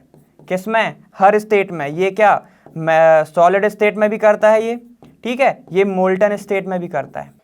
सॉलिड स्टेट और मोल्टन स्टेट दोनों में ये कंडक्ट करता है। अब इधर आओ, आयनिक क्रिस्टल पे आओ। आयनिक क्रिस्टल में क्या है, क्या ये इलेक्ट्रिसिटी कंडक्ट करता है। हाँ भाई करता तो है, ठीक है, इलेक्ट्रिसिटी कंडक्ट करेगा, इलेक्ट्रिसिटी कंडक्ट तो करेगा लेकिन सॉलिड में नहीं करेगा। इसका रीजन क्या है बताओ तुम लोग। और ये मोल्टन स्टेट में करेगा, मोल्टन स्टेट में ये करेगा, क्या करेगा, इलेक्ट्रिसिटी कंडक्ट करेगा। इसका रीजन क्या है, देखो जब ये सॉलिड स्टेट पर रहता है, ठीक है, तो जो अट्रैक्शन है एनायन और कैटायन का वो बहुत ज़्यादा स्ट्रांग रहता है, ठीक है, बहुत ही ज़्यादा स्ट्रांग रहता है, जिसके कारण इलेक्ट्रॉन फ्री ही नहीं रहते हैं। इलेक्ट्रॉन अगर फ्री ही नहीं रहेंगे सॉलिड स्टेट में तो बताओ क्या इलेक्ट्रिसिटी कंडक्ट होगी, नहीं होगी। ठीक है, तो इसका फोर्स ऑफ अट्रैक्शन बहुत ज़्यादा है, ठीक है, फोर्स ऑफ अट्रैक्शन बहुत ज़्यादा, FOA बहुत ज़्यादा है, और इसका थोड़ा सा कम है, ज़्यादा तो है लेकिन इससे थोड़ा कम है। देखो अब इसमें क्या होता है, और मेटेलिक में क्या होता है कि भाई देखो प्लेट बनी रहती है, ठीक, देखो ये मान लो एक मेटेलिक प्लेट है, यहाँ पे M positive, M positive, M positive, M positive, और इलेक्ट्रॉन्स ना यहाँ पे ऐसे फ्लो होते रहते हैं, ठीक, इलेक्ट्रॉन यहाँ फोर्स फ्लो होते रहते हैं। इसी को हम बोलते थे ना कि कर्नल ये है, ठीक है, कर्नल, और ये क्या है, ये इलेक्ट्रॉन्स का फ्लो हो रहा है, मतलब बोल सकते हो भाई रिवर बह रही, नदी बह रही, ठीक, इलेक्ट्रॉन तो ऑलरेडी फ्लो हो रहे हैं, तो ये क्या करते हैं सॉलिड स्टेट में भी क्या करते हैं, कंडक्ट करते हैं इलेक्ट्रिसिटी, और ये सॉलिड स्टेट में नहीं कर पाते क्योंकि फोर्स ऑफ अट्रैक्शन ही बहुत ज़्यादा होता है। दूसरा मोल्टन स्टेट में तो करेंगे ही, जब ये सॉलिड में करे तो मोल्टन में भी करेंगे। और ये हाँ अब क्या होगा मोल्टन स्टेट में कि जो आयनिक क्रिस्टल है जब वो वाटर के अंदर जाएगा, जब आई जो सी है मतलब आयनिक क्रिस्टल है, जब ये वाटर के अंदर जाएगा तो क्या होगा, एनायन अलग टूटेगा और कैटायन अलग टूटेगा, ठीक है। तो ये क्या होगा, जब ये आयंस के फॉर्म में हो जाएंगे तो इलेक्ट्रॉन मिल जाएंगे उसको, ठीक है, आयन के फॉर्म में जब ये टूट जाएंगे तो इलेक्ट्रॉन तो भाई गए ना, ठीक है, तो इलेक्ट्रॉन फ्री हो गए, इलेक्ट्रॉन फ्री होंगे तो ये क्या करेगा, हाँ भाई अब करेगा ये कंडक्ट, क्या करेगा, इलेक्ट्रिसिटी कंडक्ट करेगा। समझ गए। चलो ये हमने कुछ पॉइंट देखिए। अब ये क्या है कि ionic solids are hard and brittle. क्यों भाई ये क्यों होते हैं, हार्ड और ब्रिटल क्यों होते हैं, क्योंकि इनका जो फिर से वही बात फिर से रिपीट कर रहा हूँ कि जो इनका जो फोर्स है, फोर्स ऑफ अट्रैक्शन है, ये बहुत ही ज़्यादा हाई है, बहुत ज़्यादा हाई है। इसको ही हम फोर्स ऑफ अट्रैक्शन, इलेक्ट्रोस्टैटिक को बोल सकते हो, इलेक्ट्रोस्टैटिक फोर्स को तुम बोल सकते हो कूलम्बिक फोर्स, ठीक, कूलम्बिक फोर्स भी बोल सकते हो उसको, ठीक है, कूलम्बिक अट्रैक्शन, कूलम्बिक फोर्स, ठीक है। देखो कूलम्ब में क्या, देखो समझ गए बात, बहुत अच्छे। ये होता है फोर्स ऑफ अट्रैक्शन बहुत ज़्यादा, इसलिए ये होते हैं हार्ड और ब्रिटल।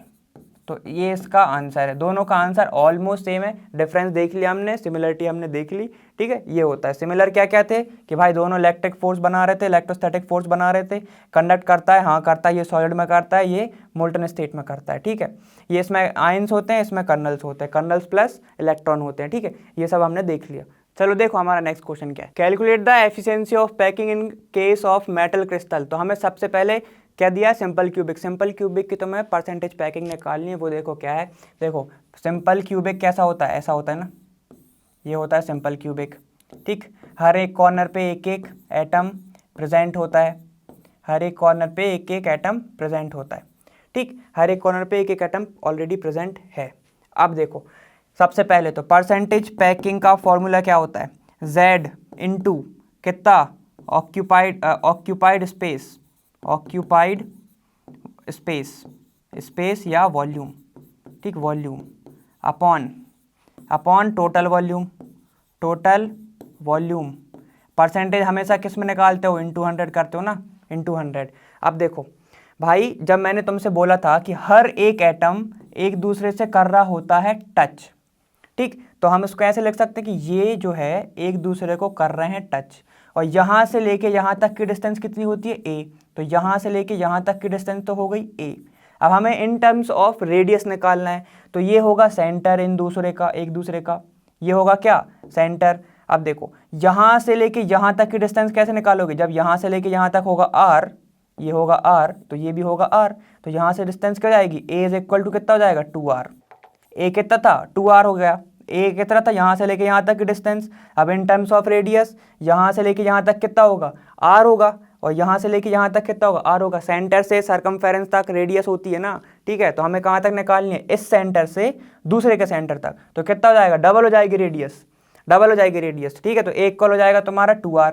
अब सुनो z क्या था, z क्या, पर यूनिट सेल में कितने एटम प्रेजेंट है। देखो अब देखो 8 एटम तो ऑलरेडी प्रेजेंट होते हैं, हमने बताया था कॉर्नर्स पे 8 एटम्स होते हैं। अब उनकी शेयरिंग होती है 1/8, हर एक कॉर्नर 8 यूनिट सेल से अपना जो पार्ट है वो शेयर कर रहा होता है। तो इस वाले से 8 यूनिट सेल अपना जो पार्ट है वो शेयर कर रहे होंगे, तो टोटल कितना हो जाएगा, 8 इंटू 1/8, ठीक है। 8 एटम्स टोटल और 1/8 उसकी शेयरिंग, तो ये कितना आएगा, 1 आएगा। तो z कितना आ गया तुम्हारा, z कितना होगा पर यूनिट, 1 आ गया, ठीक।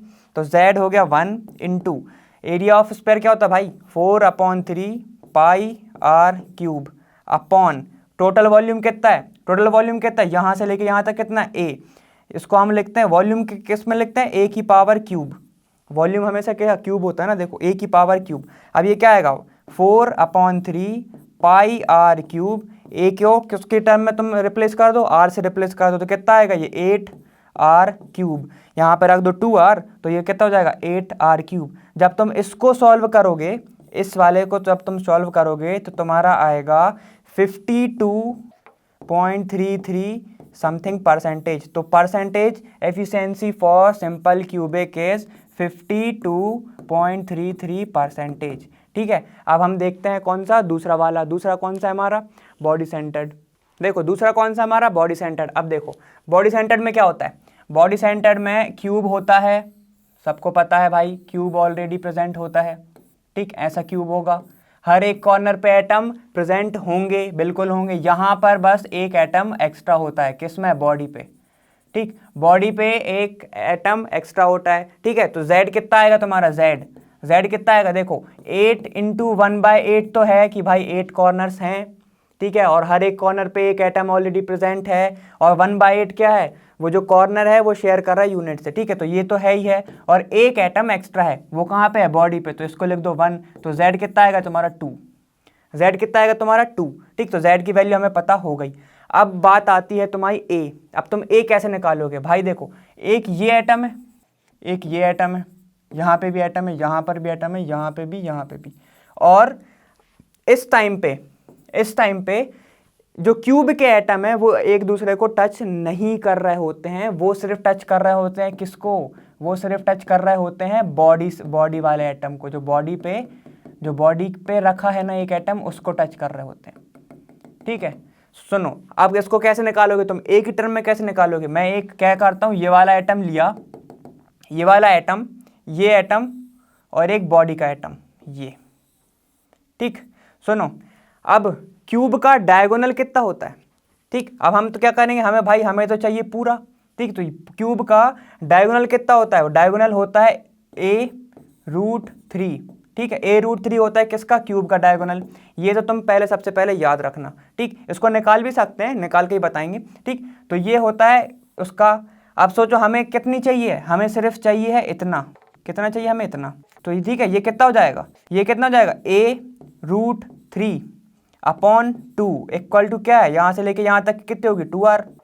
2r होगा ना। देखो देखो भाई, ये एक एटम है और ये एक डायगोनल पे एक एटम, मतलब बॉडी पे एक एटम प्रेजेंट है। अब हमें यहाँ से यहाँ तक की डिस्टेंस कितनी है, हमें ये निकालना है। ये कितना है? ये r और ये भी r होगा, तो ये हो जाएगा 2r। 2r इक्वल टू क्या होता है? बॉडी डायगोनल कितना होता है क्यूब का? a√3/2। ठीक, तो ये हो गया तुम्हारा क्या? ये हो गया तुम्हारा रिलेशन किसके साथ? a के साथ और r के साथ। समझ गए ये बात? अब सुनो, अब इधर आ जाओ, सीधे तुम रख दो वैल्यू। क्या परसेंटेज कितना होता है? z क्या है? परसेंटेज पैकिंग कितना होता है? z क्या है तुम्हारा? z तुम्हारा क्या है? 2। किसके केस में? BCC के केस में 2 है। ठीक, ऑक्यूपाइड सेम आएगा 4/3 πr³ अपॉन। ठीक, सेम आएगा a की पावर क्यूब। ठीक है, तो a की वैल्यू निकालो इधर से, कितनी आएगी तुम्हारी? a की वैल्यू कितनी आएगी तुम्हारी? देखो इधर से निकालो कितनी आएगी। ये आएगी तुम्हारी क्या? 4r/√3। ठीक है, और इक्वल a। ये आएगा तुम्हारा a का वैल्यू। ठीक, यहाँ पे होता है क्या? वॉल्यूम a³ होता है ना। ठीक है, तो यहाँ पे रखो तुम ये 4r/√3 इसकी पावर क्यूब, इसकी पावर क्यूब। तो ये कितना आएगा? 4 का क्यूब कितना होता है भाई? 4 का क्यूब कितना होता है? ये देखो, पहले तो इसको लिख लो। ये कितना आएगा तुम्हारा? 8। ये आएगा तुम्हारा 8/3 πr³ अपॉन 4 4 जा 16 4 64 r³ और √3 का क्यूब आएगा 3√3। जब तुम इसको सॉल्व करोगे तो तुम्हारा ऑलमोस्ट आएगा, कितना आएगा तुम्हारा? ये 68%। ठीक, 68% आएगा पैकेज एफिशिएंसी। ये हो गया तुम्हारा 68%। ठीक है, इसको सॉल्व कर लेना, आंसर आ जाएगा तुम्हारा 68%। समझ गए बात? चलो, अब इन केस ऑफ FCC क्या होगा? FCC क्या होगा? चलो हम वो देखते हैं। अब हम क्या देखते हैं? In case of FCC। देखो ये वाला FCC क्या होता है कि भाई देखो, FCC में भी क्या है, तो क्यूब तो है ऑलरेडी, रहेगा ही रहेगा, उसके बिना तो काम ही नहीं चलेगा। ठीक, क्यूब ऑलरेडी प्रेजेंट है, यहाँ से लेके ये और ये। ठीक, हर एक कॉर्नर पे ऑलरेडी प्रेजेंट है, फिर से सेम रिपीट। ठीक, ऑलरेडी प्रेजेंट हैं। ठीक है, तो कितने एटम प्रेजेंट है? 8 एटम। कितना शेयर कर रहा है? 1/8 कर रहे हैं। अब बात बस ये आती है, एक क्यूब में कितने फेस होते हैं? तुम जिस कमरे में बैठे हो उसमें कितने फेस हैं? ठीक है, सीलिंग और फ्लोर दोनों को मिला के। ठीक है, सीलिंग फ्लोर 2, आजू बाजू एक सामने और तुम्हारे पीछे, कितने होगा? 6। ठीक, तो 6 फेस ऑलरेडी हैं। अब इसमें क्या रहता है? जो एक एटम है वो शेयर करता है क्या? एक एटम आधा इधर शेयर करेगा, आधा इधर शेयर करेगा, तो उसकी शेयरिंग कितनी हो जाएगी? 1/2। तो 6 एटम की शेयरिंग कितनी हो गई? 1/2। तो इसका आंसर क्या आएगा? ये 1 और ये 3, ये आएगा 4। ठीक है, तो FCC की केस में जो Z की वैल्यू है वो कितनी आती? 4। Z की जो वैल्यू है वो कितनी आती? 4। ठीक है, ये तो समझ गए। अब इसके बाद देखो भाई, FCC का डायगोनल मतलब क्या देखना है तुम्हें? ये निकालना है, तुम्हें निकालना है ये। ठीक, तो ये कैसे आएगा? इसका FCC का डायगोनल क्या होता है? डायगोनल होता है इसका a√2। ठीक, a√2 निकलता है। ठीक, a√2 निकला तुम्हारा, ये आ गया तुम्हारा क्या? a। अब क्या होगा भाई? मेरे को निकालना है इधर से। ठीक है, फेस पे एक प्रेजेंट है इधर। ठीक, तो यहाँ से लेके यहाँ तक सेम क्या हो जाएगा तुम्हारा? ये हो जाएगा 2r। ठीक, 2r इज इक्वल टू क्या होगा? a होता है ना, इतना a होता है। ठीक, a की वैल्यू निकालो, कितना आएगी तुम्हारी? a√2 होगा तुम्हारा 2r। और देखो यहाँ से लेके हमें ये पूरा नहीं चाहिए, हमें कितना चाहिए? आधा। यहाँ पे एक एटम प्रेजेंट है इस फेस पे, ये पूरा होता है a/2। इसका आधा लोगे तो क्या हो जाएगा? a/2/2। ये हो जाएगा आधा, समझे? तो ये हो जाएगा a/2/2। ठीक है, तो आप निकालो यहाँ से a की वैल्यू, क्योंकि हमें a की वैल्यू ही लगेगी। देखो ये कितना आएगा? 4r/√2 इज इक्वल टू हो जाएगा तुम्हारा a। तो ये आ गया तुम्हारा a। ठीक, अब तुम सीधे पुट कर दो। z कितना है इधर FCC में? 4 × ठीक, ऑक्यूपाइड स्पेस क्या है? 4/3 πr³ अपॉन। ठीक, टोटल वॉल्यूम क्या है? a³ को सीधे लिख दो भाई इधर, क्या आ जाएगा ये 64r³ अपॉन ये कितना होगा 2√2, ठीक, और a क्यूब है तो ये हो गया तुम्हारा सॉल्व। अब क्या होगा ये 16 हो जाएगा, देखो ये होगा 16 अपॉन 3 पाई r³ अपॉन क्या होगा ये 64r³ अपॉन 2√2, r³ से r³ कैंसिल हो जाएगा। जब इसको पूरे को सॉल्व करोगे तुम तो तुम्हारा कितना आएगा, ये कितना आएगा, ये आ जाएगा 74%। ठीक है, तो FCC का कितना निकला परसेंटेज 74%। ठीक है, तो पैकेज एफिशिएंसी तुम्हारी ये हो गई। ठीक है, इसको हम एक बार टेबल फॉर्म में देख लेते हैं। देखो टेबल फॉर्म में लिखते हैं हम, देखो टेबल फॉर्म में करते हैं इसको। ये हो गई तुम्हारी 3 टेबल। देखो अब पहला क्या है, सिंपल क्यूबिक की पैकिंग। सिंपल क्यूब क्या होता है, ये होता है सिंपल क्यूब तुम्हारा ये। ठीक है, इसका कितना परसेंटेज एफिशिएंसी आया, परसेंटेज एफिशिएंसी कितना है तुम्हारा 52.33% कुछ। ठीक, अब सोचो इसके बाद जेड इफेक्टिव कितना आया था, 1 आया था, जेड इफेक्टिव आया था 1। ठीक है, जेड तुम्हारा टोटल यूनिट कितने प्रेजेंट है वो आया था तुम्हारा 1। ये हो गया पहला। दूसरा क्या है तुम्हारा, दूसरा है तुम्हारा BCC। यहाँ पे क्या रहता है कि क्यूब ऑलरेडी प्रेजेंट रहता है, उसके बीच में एक एटम और आ जाता है, तो यहाँ पे एक एटम होगा और आजू बाजू के एटम एक दूसरे को टच नहीं कर रहे होते, वो सिर्फ बॉडी को टच कर रहे होते हैं, तो ये हो जाएगा तुम्हारा ऐसा। ठीक है, तो इसका परसेंटेज कितना आया था 68%। ठीक है, जेड इफेक्टिव कितना आया था इसका 2 आया था ना, 1 प्लस वो 1/8 याद है, 8 × 1/8 + 1 तो आया था तुम्हारा 2। अब इसके बाद 3 FCC क्या होता है, FCC में फेस पे टच करता है। कौन, फेस पर क्या रहते हैं, एटम प्रेजेंट रहते हैं। यहाँ पे भी होगा, यहाँ पे भी, यहाँ पे भी, यहाँ पे भी, यहाँ पे भी, और कितने होंगे टोटल तुम्हारे 6 होंगे ये। ठीक है, और हर एक कॉर्नर पे तो एटम प्रेजेंट हैं ही। इसकी परसेंटेज कितनी आती है, इसकी आती है 74%। ठीक है, 74% आती है। अब इसका जेड इफेक्टिव क्या होता है 4। इसको कैसे याद रख सकते हो तुम, देखो सिंपल क्यूबिक को हम क्या बोलते हैं, प्रिमिटिव। P मतलब प्राइमरी 1, B ABCD, A आता है, B आता है सेकंड पे तो 2, F for face centred, F for 4, तो ये हो गया 4। तुम्हारा जेड इफेक्टिव तुम ऐसे याद कर सकते हो उसको। ठीक है, P मतलब प्रिमिटिव मतलब सिंपल। ठीक है, P मतलब प्राइमरी मतलब 1। ठीक, B सेकंड पे आ रहा है तो ये हो गया तुम्हारा Z 2। ठीक, F मतलब 4। ठीक है, और फेस सेंटर्ड भी F तो आ गया 4। Z तुम ऐसे याद कर सकते हो कि Z तुम्हारे पर यूनिट सेल कितने हैं, तो Z की वैल्यू तुम ऐसे याद कर सकते हो। समझ गए बात।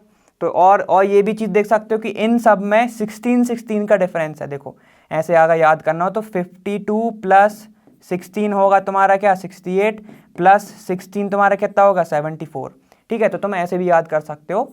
ठीक, अगर करना है तो। वैसे ये सीधे डायरेक्ट क्वेश्चन पूछ लेते हैं तो ये याद करके रखना। समझे ये क्वेश्चन। चलो क्वेश्चन 11 आ गया हमारा। देखो क्या है, silver crystal in FCC lattice if edge length of the cell, मतलब एज लेंथ मतलब इसको हम कैसे शो करते थे, ए से। ए कितना दिया तो मैं 4.07 × 10⁻⁻8 सेंटीमीटर दिया। ठीक है, एंड डेंसिटी इज 10.5 ग्राम। देखो तो डी क्या है तुम्हारा, कितना दिया है 10.5 ग्राम सेंटीमीटर। ठीक है, क्यूब। अब देखो तुम्हें क्या निकालना है, तुम्हें निकालना है calculate the amount mass of silver. तुम्हें निकालना है M। ठीक, तुम्हें निकालना है M। अब इसका फॉर्मूला क्या होता है भाई, मैंने बताया था M = होता है अनादि अपॉन Z। ठीक है, Z एक होता है क्यूब, तो ऐसे याद करके रखना कि अनादि अपॉन Z। अब देखो सबसे पहले तुम्हें निकालना क्या M, तुम्हें A दिया है, A कितना दिया तुम्हें 4.07 × 10⁻⁻8 की पावर क्यूब, क्योंकि A होता है क्यूब। अब हमें एवोगैड्रो नंबर पता है 6.023 × 10⁻23 होता है, तो हमें ये भी पता है। अब D दिया है तुम्हें, D कितना दिया है तुम्हें D दिया है 10.5 अपॉन। ठीक, Z कितना होता है FCC का Z कितना होता है भाई, F फॉर 4, तो मतलब Z कितना है इसका 4, तो ये होगा तुम्हारा 4। ठीक है, अब ये होगा तुम्हारा 4। अब तुम जब इसको तुम क्या करोगे, कैलकुलेट करोगे। जब तुम इसको कैलकुलेट करोगे तो तुम्हारा आएगा 106.54 U मतलब क्या है तुम्हारा, U यूनिट होती है भाई, किसकी यूनिट होती है। ठीक है, किसकी, मास की। ठीक है, ये हमने पढ़ा है पहले चैप्टर में। तो ये हो गया तुम्हारा कौन सा क्वेश्चन, ये न्यूमेरिकल वाला क्वेश्चन तुम्हारा हो गया जिसमें हमें निकालना था मास। मास इज इक्वल क्या होता है, अनादि अपॉन जेड, अनादि अपॉन जेड, अनादि अपॉन जेड।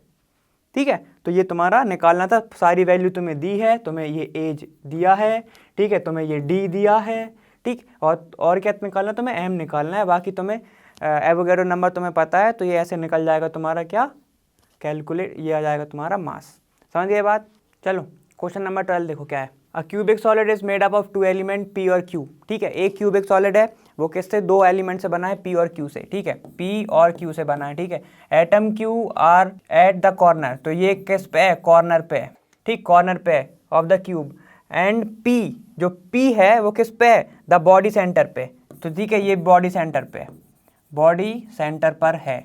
ठीक है, अब तुम्हें बताना है what is the formula of compound. पहले तो तुम्हें क्या बताना है, कंपाउंड का फॉर्मूला बताना है, और what are the coordination number of P and Q.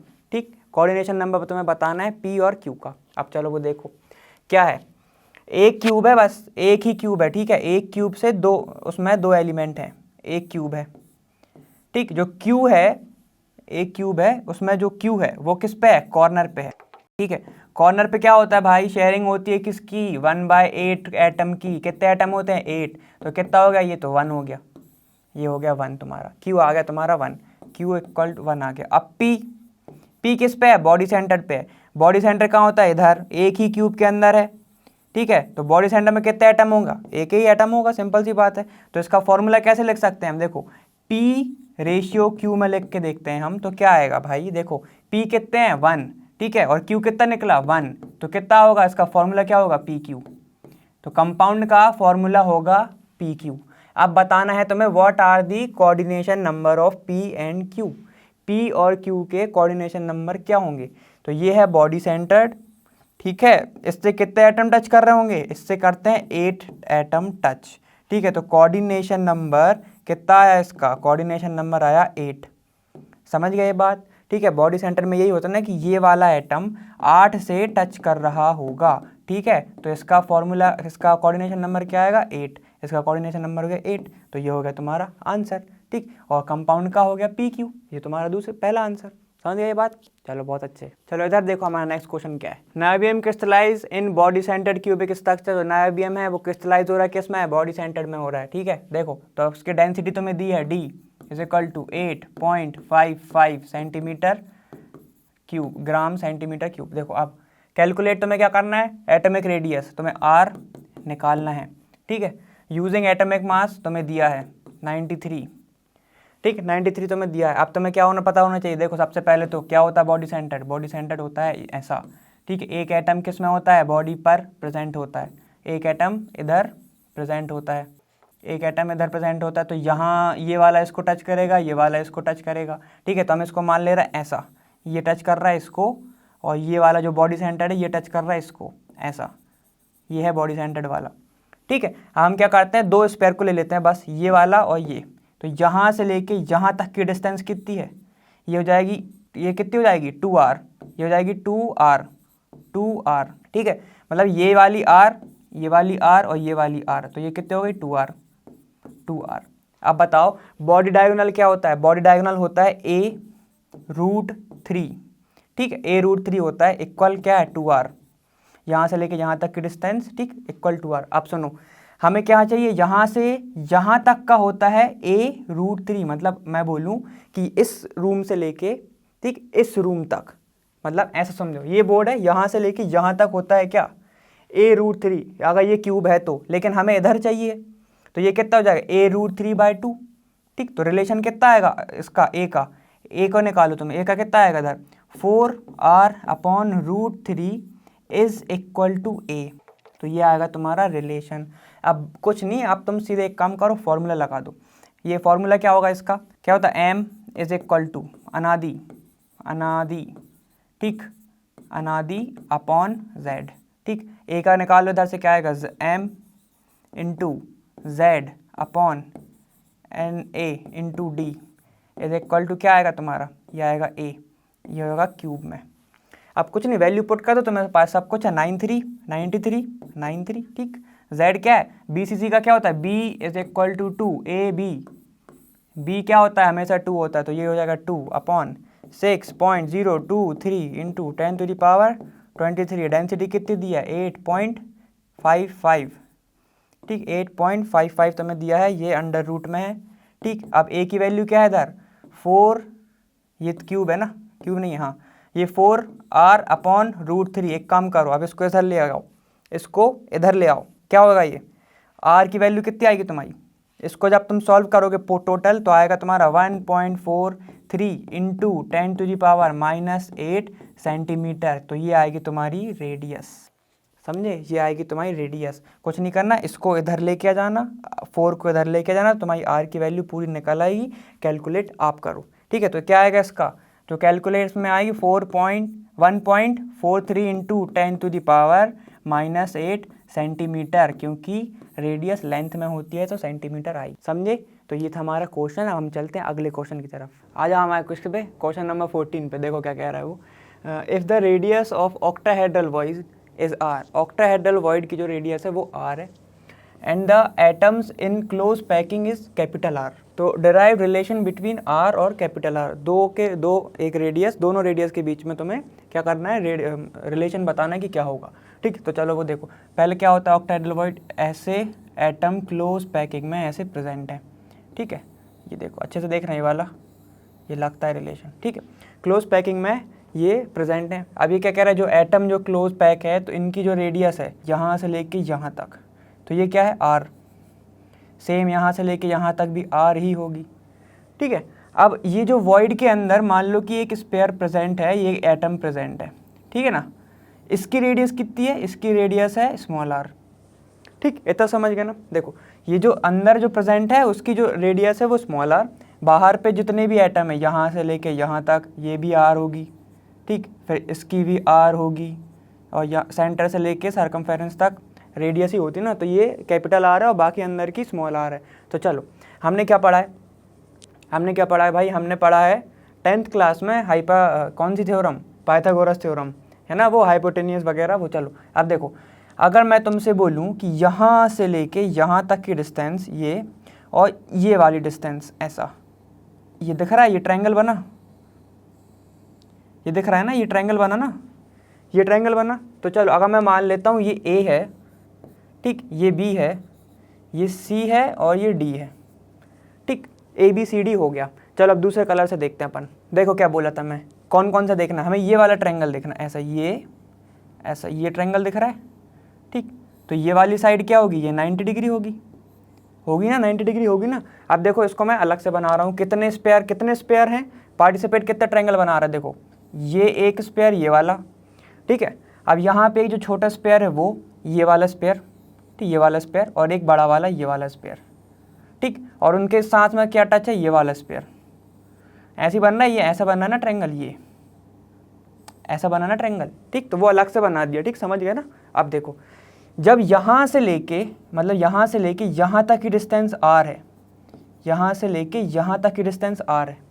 ठीक, और ये देखो ये वाला जो बीच में है इसको मैं अलग से बना रहा हूँ इधर, ऐसे, ये जो बीच में है इसका भी मैंने अलग से बनाया। आप सुनो, जब यहाँ से लेके यहाँ तक की डिस्टेंस है स्मॉल आर, ठीक है, तो ये तो पूरा पास कर रहा है, ये वाला ट्रायंगल पूरा का पूरा पास कर रहा है ना, तो ये पूरा का पूरा ये क्या पूरा डायमीटर ले रहा है, और डायमीटर क्या होता है, डायमीटर होता है डबल ऑफ रेडियस। ठीक, डबल ऑफ रेडियस, तो ये क्या है, ये पूरा 2r पार्टिसिपेट कर रहा है, ये r, यहाँ से लेके यहाँ तक डिस्टेंस r, फिर यहाँ से लेके यहाँ तक की भी डिस्टेंस कितनी होगी, ये भी r होगी, और ये कितनी है 2r।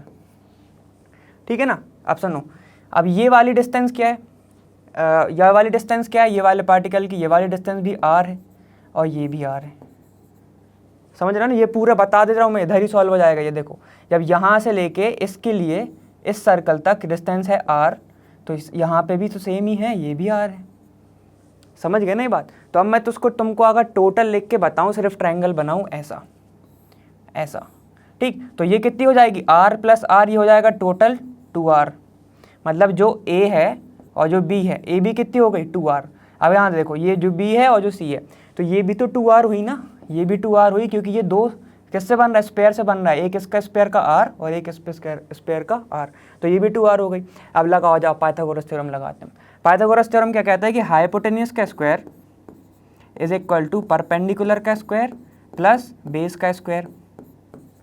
ये कहता है ना, यही कहता है ना हाइपोटेन्यूज। अब देखो हाइपोटेन्यूज क्या है भाई, ये आर, ठीक, ये वाला आर, इतना पार्ट आर, ठीक, तो आर प्लस, ठीक, ये पूरा का पूरा सर्कल को क्रॉस कर रहा है, वो अंदर से जा रहा है, तो ये क्या हो जाएगा 2r, ठीक है ना, और प्लस फिर इतना वाला पार्ट ये आर। देखो ये वाला पार्ट आर, फिर ये पूरा निकला स्क्वायर से, तो ये 2r, ठीक, और फिर ये छोटा वाला ये वाला 2r यहाँ तक, यहाँ से लेके सेंटर से ले रहे हैं। अगर हम यहाँ तक नीचे तक लेके आते तो वो भी क्या हो जाता, वो 2 कैपिटल R हो जाता। समझ गया, ये हो गया इसका whole square is equal to perpendicular क्या है ए बी क्या है 2r, तो ये 2r का स्क्वायर प्लस अब BC मतलब बेस, तो ये क्या है देखो, ये भी हो जाएगा 2r का स्क्वायर हो जाएगा ये। अब चलो इसको सॉल्व करते हैं, तो इसको मैं लिख सकता हूँ ऐसा कि 2r प्लस 2 कैपिटल R, ऐसे लिख सकता हूँ ना मैं इसको, ऐसे लिख सकता हूँ मैं इसको। अब इसको मैं क्या लिख सकता हूँ कि भाई 4r का स्क्वायर प्लस 4r का स्क्वायर, ठीक। अब मैं इसमें से अगर 2 कॉमन लूँ तो क्या आएगा इसमें से, ये आ जाएगा 4 क्योंकि स्क्वायर है, ठीक है, सिर्फ 2 कॉमन नहीं आएगा क्योंकि स्क्वायर है, तो 4 आ जाएगा 4r प्लस ये r, ये है समझ में, और स्क्वायर का स्क्वायर, समझ गए। अब देखो इधर r, अब इसमें से मैं तुम ऐसे किस 4r square plus 4r square हो जाएगा कितना 8r स्क्वायर, तो हम इसको ऐसे लिख सकते हैं, देखो 4 इंटू 2 का r स्क्वायर लिख सकते हैं। ऐसा इसलिए लिखा क्योंकि अभी देखो जादू होगा, यहाँ से ये कट, ये हो गया कट। अब देखो अब क्या बनेगा इधर, r प्लस r का whole square is equal to 2 और ये r का स्क्वायर बनाइए। अब क्या हो, अंडर रूट लगा दो दोनों साइड, तो क्या होगा, ये हो जाएगा r plus r is equal to 2 के ऊपर आएगा सिर्फ अंडर रूट, ये और r से जो अंडर रूट है वो 2 कैंसिल हो जाएगा ना, जो स्क्वायर है वो अंडर रूट से कैंसिल कर देगा। देखो ये क्या जाएगा स्क्वायर रूट 2 और ये क्या हो जाएगा r, सिर्फ r के ऊपर स्क्वायर रूट नहीं आएगा। अब क्या देखो r टर्म की एक साइड ले लो और जो स्मॉल r है उसको एक साइड ले लो, ये क्या जाएगा r is equal to under root 2r minus r, ऐसा हो जाएगा ये। अब क्या वैल्यू रख दो किसकी, अंडर रूट 2 की, देखो 1.414, ठीक, r माइनस r, तो ये कितना हो जाएगा, ये क्या हो जाएगा r is equal to 0.414 r। इसको रेशियो फॉर्म में लिखेंगे तो क्या होगा, रेशियो फॉर्म में लिखेंगे तो क्या आएगा, ये आएगा r upon small r upon capital R is equal to 0.414, तो ये हो जाएगा इसका रिलेशन। था ना इजी। बस अगर ये समझ गए, तुमने डायग्राम बना लिया, अगर तुमने डायग्राम बना लिया तो ये वाला तुम बहुत आसानी से निकाल लोगे क्या रिलेशन, ठीक है। तो ये था हमारा रिलेशन, ठीक। अब हम आगे बढ़ते हैं, हमारा नेक्स्ट क्वेश्चन देखते हैं हम, ठीक है। चलो हमारा लास्ट क्वेश्चन देखते हैं कि copper crystallises into FCC lattice, ठीक है, विथ एज लेंथ तुम्हें दिया है A इक्वल दिया है तुम्हें क्या था 3.61 इंटू 10 टू द पावर -8 तुम्हें दिया है, ठीक। Show that the calculated density is in agreement with its measure, तुम्हें बताना है कि D जो है वो 8.92 ही आएगी, तुम्हें ये प्रूफ करना है, ठीक। मतलब इनने निकाल के रखा है, तुम्हें बताना है कि क्या इतनी आएगी, तुम्हें यस या नो बताना, ठीक। चलो देखो फॉर्मूला क्या होता है, D इज इक्वल टू ज़माना ठीक है, ये होता है ज़माना, ठीक। सो Z FCC के लिए Z क्या होता है, F मतलब 4, ठीक है, याद आया ना, FCC मतलब 4, ठीक है। तो D इज इक्वल टू क्या हो गया 4, मोलर मास कितना होता है कॉपर का 63.5 होता है, ठीक है। अब देखो A कितना दिया है तुम्हें, A कितना दिया 3.61 इंटू 10 टू द पावर -8 ये दिया है। अब इंटू ये क्या है 6.023 into 10 to the power 23 Avogadro number, ये पता है Na एवोगैड्रो नंबर होता है, ये तो पता है ना हमें। चलो तो ये जब इसको तुम कैलकुलेट करोगे तो आएगा 8.92 ग्राम सेंटीमीटर -3, देखो ये आएगा तुम्हारा। तो इसका मतलब है कि यस जो आपने निकाली थी वो सही है, ठीक है। तो ये आएगा तुम्हारा ऐसा आंसर डेंसिटी का। तो सबसे पहले तुम ये फॉर्मूला ही याद रखना भाई, फॉर्मूला इज़ इम्पॉर्टेंट, और बाकी तुम वो वाला से भी याद कर सकते हो। वो क्या बताया था हमने, m इज इक्वल टू अनादि अपॉन क्या होता है Z होता है ना, ऐसा। ठीक है, तो फिर क्या, इसको इधर ले आओ, इसको इधर ले आओ, तो ये तुम्हारा डेंसिटी निकल आएगा। ठीक है, समझ गए। तो ये हो गया हमारा ये वाला क्वेश्चन भी फिनिश। ठीक है, चलो हाँ, तो एवरीवन आज हमारा यहाँ पे हो गया फिनिश। ठीक है, अब हम मिलेंगे आगे वाले वीडियो में, वहाँ पे हम करेंगे कुछ और सॉल्व, कुछ और एनसीईआरटी के कुछ क्वेश्चन वो भी सॉल्व करेंगे। तो आज के लिए बस इतना ही। मैं हूँ अर्पित फ्रॉम लर्नो हब। फ्री है पर बेस्ट है।